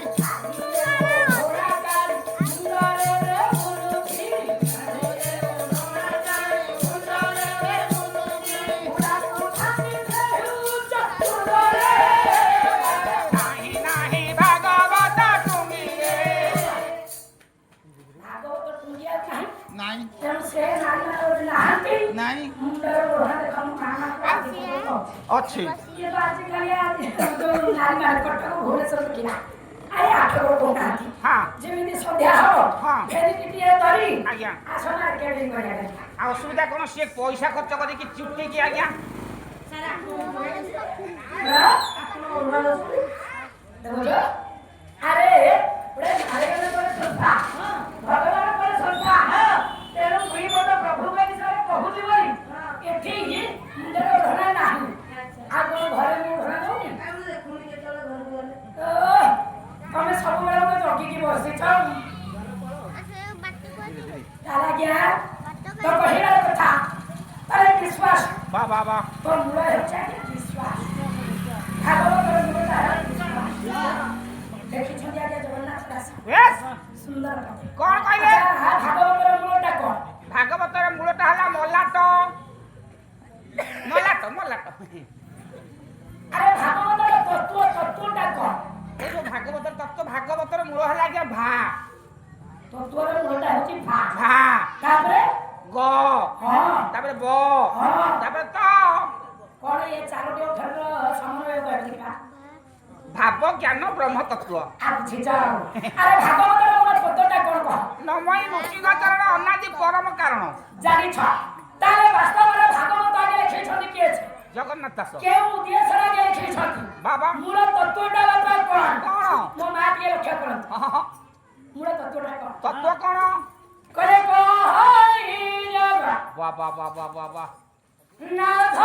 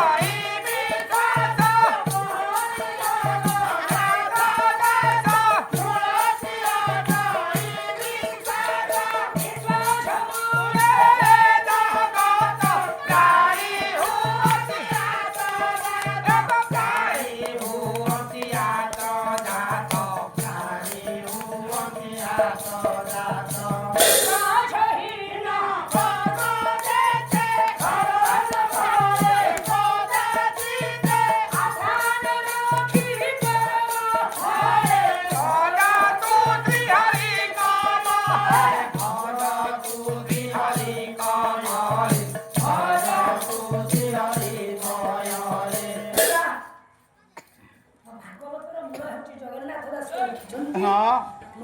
ବିଶ୍ୱାସ ଯୋଉଠି ଆଜ୍ଞା ଯେତେବେଳେ ଆଜ୍ଞା ତୁକା ପଚାରିଲେ ସେଇ ସମୟରେ ତମର ସହଯୋଗ ହେଇଗଲା ତମେ ମଧ୍ୟପୁରକୁ ଯିବ বাবা বাবা ମଧ୍ୟପୁରରେ ଯାଇ হ্যাঁ ଯଶୋଦାମା ଗର୍ଭରେ ଜନ୍ମ প্রভু এ পুଅ এ মর্ত্যপুরକୁ ଯାଇକି ଯଶୋଦା ମା ଗର୍ଭରେ ଜନ୍ମ ହେବେ ହଁ ପ୍ରଭୁ ଆପଣ ମୁଁ ଯିବି ତମ ପଛରେ ମୋ ପଛେ ପଛେ ଆପଣ ଯିବେ ସତ୍ୟ ଯୁଗରେ ତମେ ଯାଇଥିଲ ହଁ ବା ଗୋଟାଏ ରାକ୍ଷସକୁ ମାରିକି ମୋ ଯୋଉ ଅବସ୍ଥା ମୋର ହେଇଛି ଆଚ୍ଛା ମହିଷା ଶ୍ୱଶୁରକୁ ମାରିକି ଶାଶୁ ଆଉ ଯିବି ନାହିଁ ପ୍ରଭୁ ଯିବନି ଏକୁଟିଆ ଯିବିନି ଆଉ ଭୟ ଲାଗିବ ହଁ ପ୍ରଭୁ ତା ଠିକ ଅଛି ତମ ପଛରେ ମୁଁ ଯିବି ଯିବି ଆପଣ ତମେ ଯିବ ଯଶୋଦାମା ଗର୍ଭରେ ଜନ୍ମ ହବ ତମ ପଛରେ ମୁଁ ଯାଇ ଦେବକୀ ମା ଗର୍ଭରେ ଜନ୍ମ ହେବି ତୋତେ ଆଣିବ ତୋତେ ଧରି ବାବା ବା ଏ ତତ୍ତ୍ୱ ନ ଜାଣିତେ କେ ହେ ଆରେ ନା କହିଲା ଆଜ୍ଞା ହଁ କହିଲେ ହେ ଦୁର୍ଗା ତମେ କଥା ଗୋଟିଏ ଶୁଣ ତମ ଆଉ ମୋ ଭିତର କଥା ଆଜ୍ଞା ଆଜ୍ଞା ଏଇ ଯୋଉ ଜନ୍ମ ହୋଇ ପରିବର୍ତ୍ତନ ହବ ଏ ତତ୍ତ୍ୱଟା କେହି ଜାଣିବେ ତାମାନେ ଆଜ୍ଞା ଆପଣ କଂସକୁ ମାରିବାକୁ ଯିବା ତ ଦି ଜଣ ଯାକ ଯିବା କଂସ ରହିଲା କୋଉଠି ଆଚ୍ଛା ମଥୁରାରେ ରହିଲା ଆପଣ ଜନ୍ମ ହେବେ କୋଉଠି ମୁଁ ମଥୁରାରେ ଜନ୍ମ ହେବି ମଥୁରାରେ ଅଛି ଦେବକୀ ଆପଣ ଜନ୍ମ ହେବେ କୋଉଠି ଗୋପପୁରେ ଆପଣ ସେଇଠି ରହିକି ତାକୁ ମାରିବେନି ଆସିବେ ମତେ ଠିକ କଥା ଗୋପକୁ କାଇଁ ଆସିବେ ତମେ ପୂଜା କରିଲେ ପ୍ରଭୁ ଆମେ ଯୋଉଠି ତମେ ଜନ୍ମ ହବ ସେଇଠି ଗୋଟେ ରାକ୍ଷସ ଅଛି ତମେ ତାକୁ ମାରୁନ ଏ କଥା ଶୁଣି ଆଜ୍ଞା ନାରୀର କହିଲେ ତମେ ଯାହା କହୁଛ ଉଚିତ କଥା ହେଲେ ଗୋଟେ ଅସୁବିଧା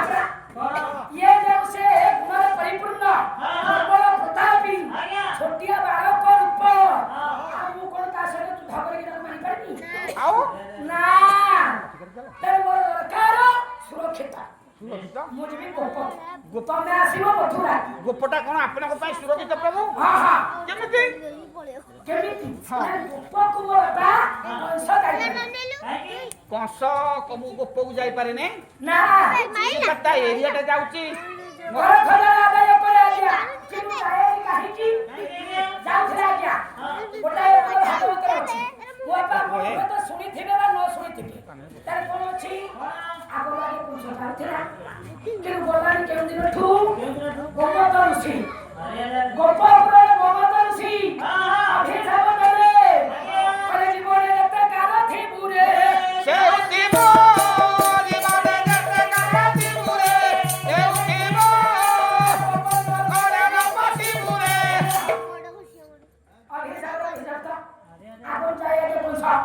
কিন্তু ইয়ে গোমত ঋষি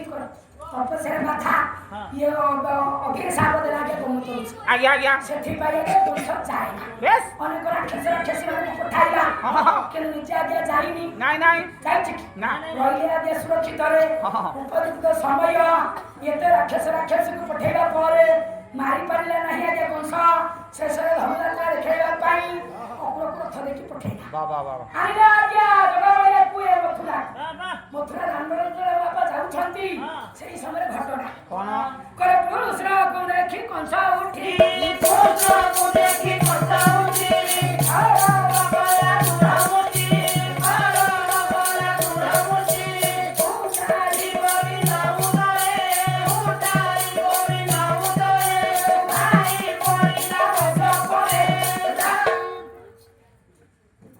ଛୋଟିଆ ବାଳକ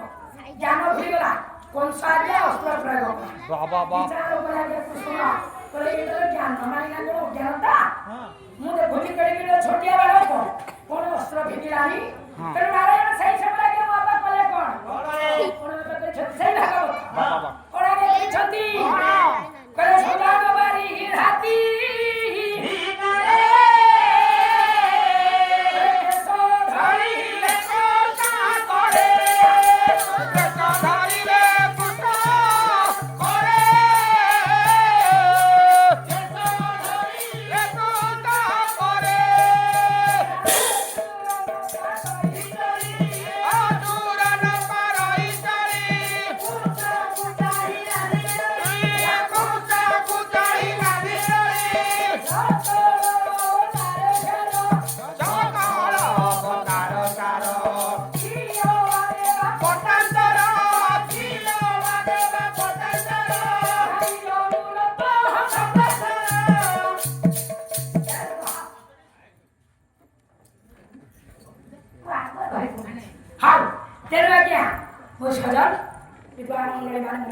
ବାବା ବାବା ତେଣୁ ସେଇ ସମୟରେ